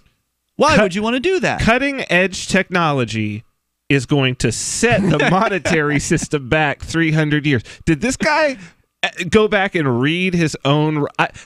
using that cutting-edge technology is going to set us back 300 years. Well, that's what he wants you to believe. Exactly how would it set us back 300 years? I mean, are we going to be on riding... Am I going to ride a horse to work in like a week? I mean, am I going to be... Well, remember, he's claiming it's inferior to these other forms of money, the fiat money system, when somebody can just wave a pen and make more money. He's a Keynesian, and he believes that you need debt in order to create value. And that's what the whole United States and the fact is, system's based on. Cryptocurrency is a threat to the old money system. So people like Krugman and his ilk... People who make the loans for the debt that he believes is necessary are really against this. Exactly. We're out of time for tonight. Check out Vin Armani on his show, vinarmani.com. That's right. And we'll see you tomorrow night online. In the meantime, you can join us at freetalklive.com. So the protection of life, liberty, and property is what the Free State Project is all about. But it's an effort to move 20,000 people who understand. It's about demonstrating to the entire country that, yeah, we can have a free market, a truly free market. Making it just a freer, great place to live.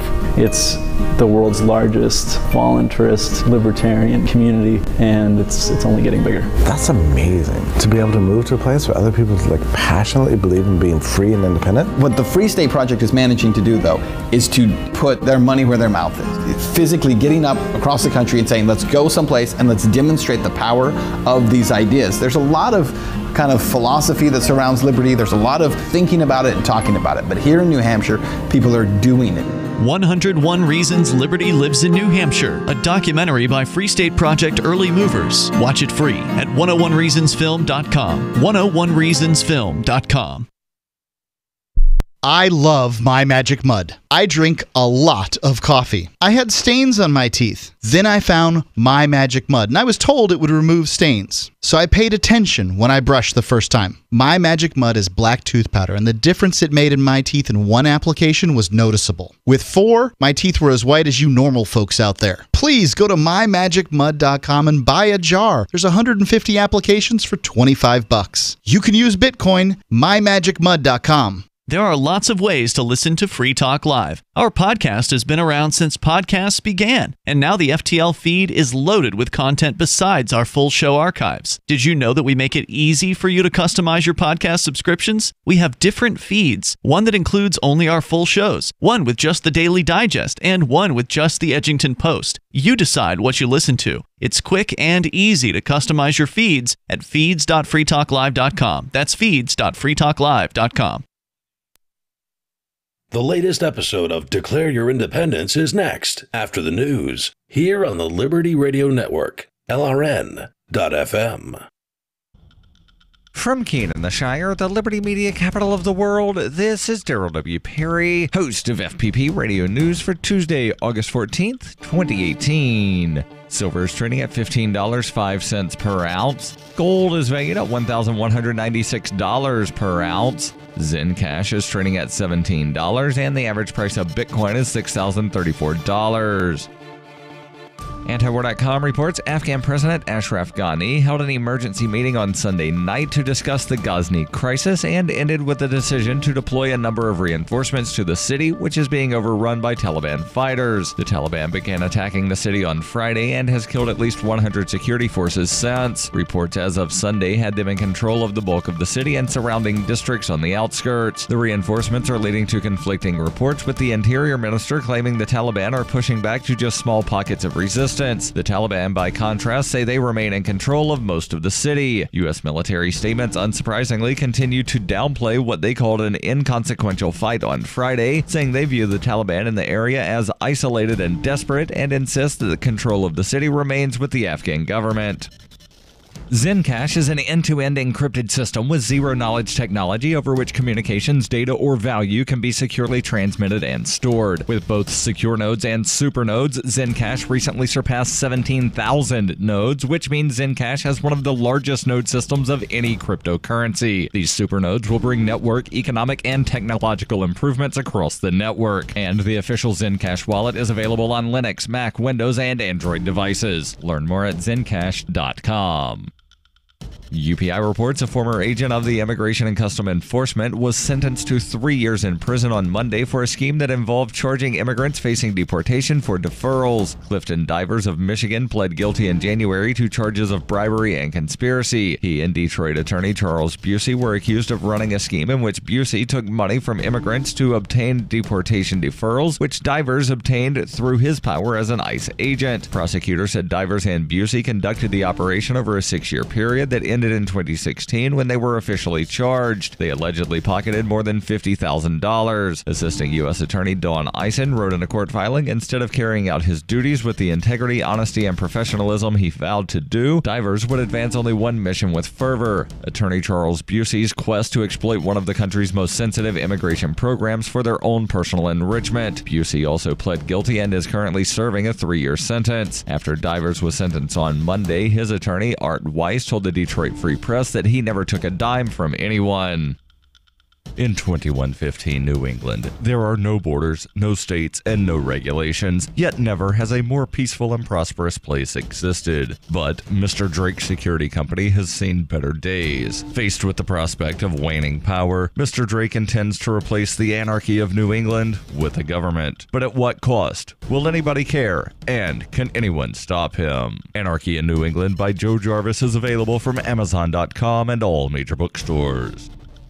Reuters reports a break in the brutal heat wave that has baked California for much of the summer gave firefighters a chance to attack a string of major wildfires burning across the state that have killed 8 people and destroyed thousands of homes. The cooler temperatures, down from triple digits across much of Northern California, came during a 2-day tour of devastated neighborhoods by 2 Trump administration officials, U.S. Interior Secretary Ryan Zinke and U.S. Agriculture Secretary Sonny Perdue. Zinke told local media during a visit that the intensity of this year's fire season, one of the worst in California in more than a decade, showed the need for clearing underbrush and removing dead trees. Some 110 major wildfires are burning across the western United States and have burned more than 8,900 square miles, an area larger than the entire state of New Jersey, according to the National Interagency Fire Center. As of Monday, the Carr Fire has blackened some 203,000 acres and killed 8 people in and around Shasta County, north of Sacramento, near the Oregon state line, with 61% of the fire contained as of Monday afternoon, according to the California Department of Forestry and Fire Protection. About 130 miles away, crews had cut buffer lines around 68% of the largest wildfire recorded in California history, the Mendocino Complex, which has already charred 344,000 acres. In Southern California, the Holy Fire, which authorities say was set on August 6 by a disgruntled homeowner in an Orange County canyon, was 52% contained after torching more than 22,000 acres and destroying dozens of cabins. CAL FIRE spokesman Kerry Wright said the increasing containment was good news, but did not necessarily mean the wildfire season was quieting down. This has been FPP Radio News. Online at fppradio.com. Tomorrow's my big day. I'm going to go in for surgery, and hopefully you'll come along. Now, I do have to admit that I am in a bit of pain, so I'm really looking forward to this procedure. I think we're both going to find out that having surgery just isn't as scary as it sounds. We're covering our own Jim Haggerty's kidney stone removal surgery, and his surgery is now just minutes away. So, Dr. Atka, tell us what precautions we would take to prevent us from getting kidney stones. Always stay hydrated. Water helps the kidneys break the stuff down. Ah, hear that, Jim? More water. What? More water. Maybe we should replace your coffee. Please go away. Please. Ow, no. That's a camera they're going to use to film the whole surgery from inside Jim's body, yes, that's going to be pushed into Jim's urethra as well. Now, normally they wouldn't do this. This is purely for the benefit of us watching it on TV. All right, stick with us because first he's going to pop into the children's ward to cheer up some youngsters suffering from terminal illnesses.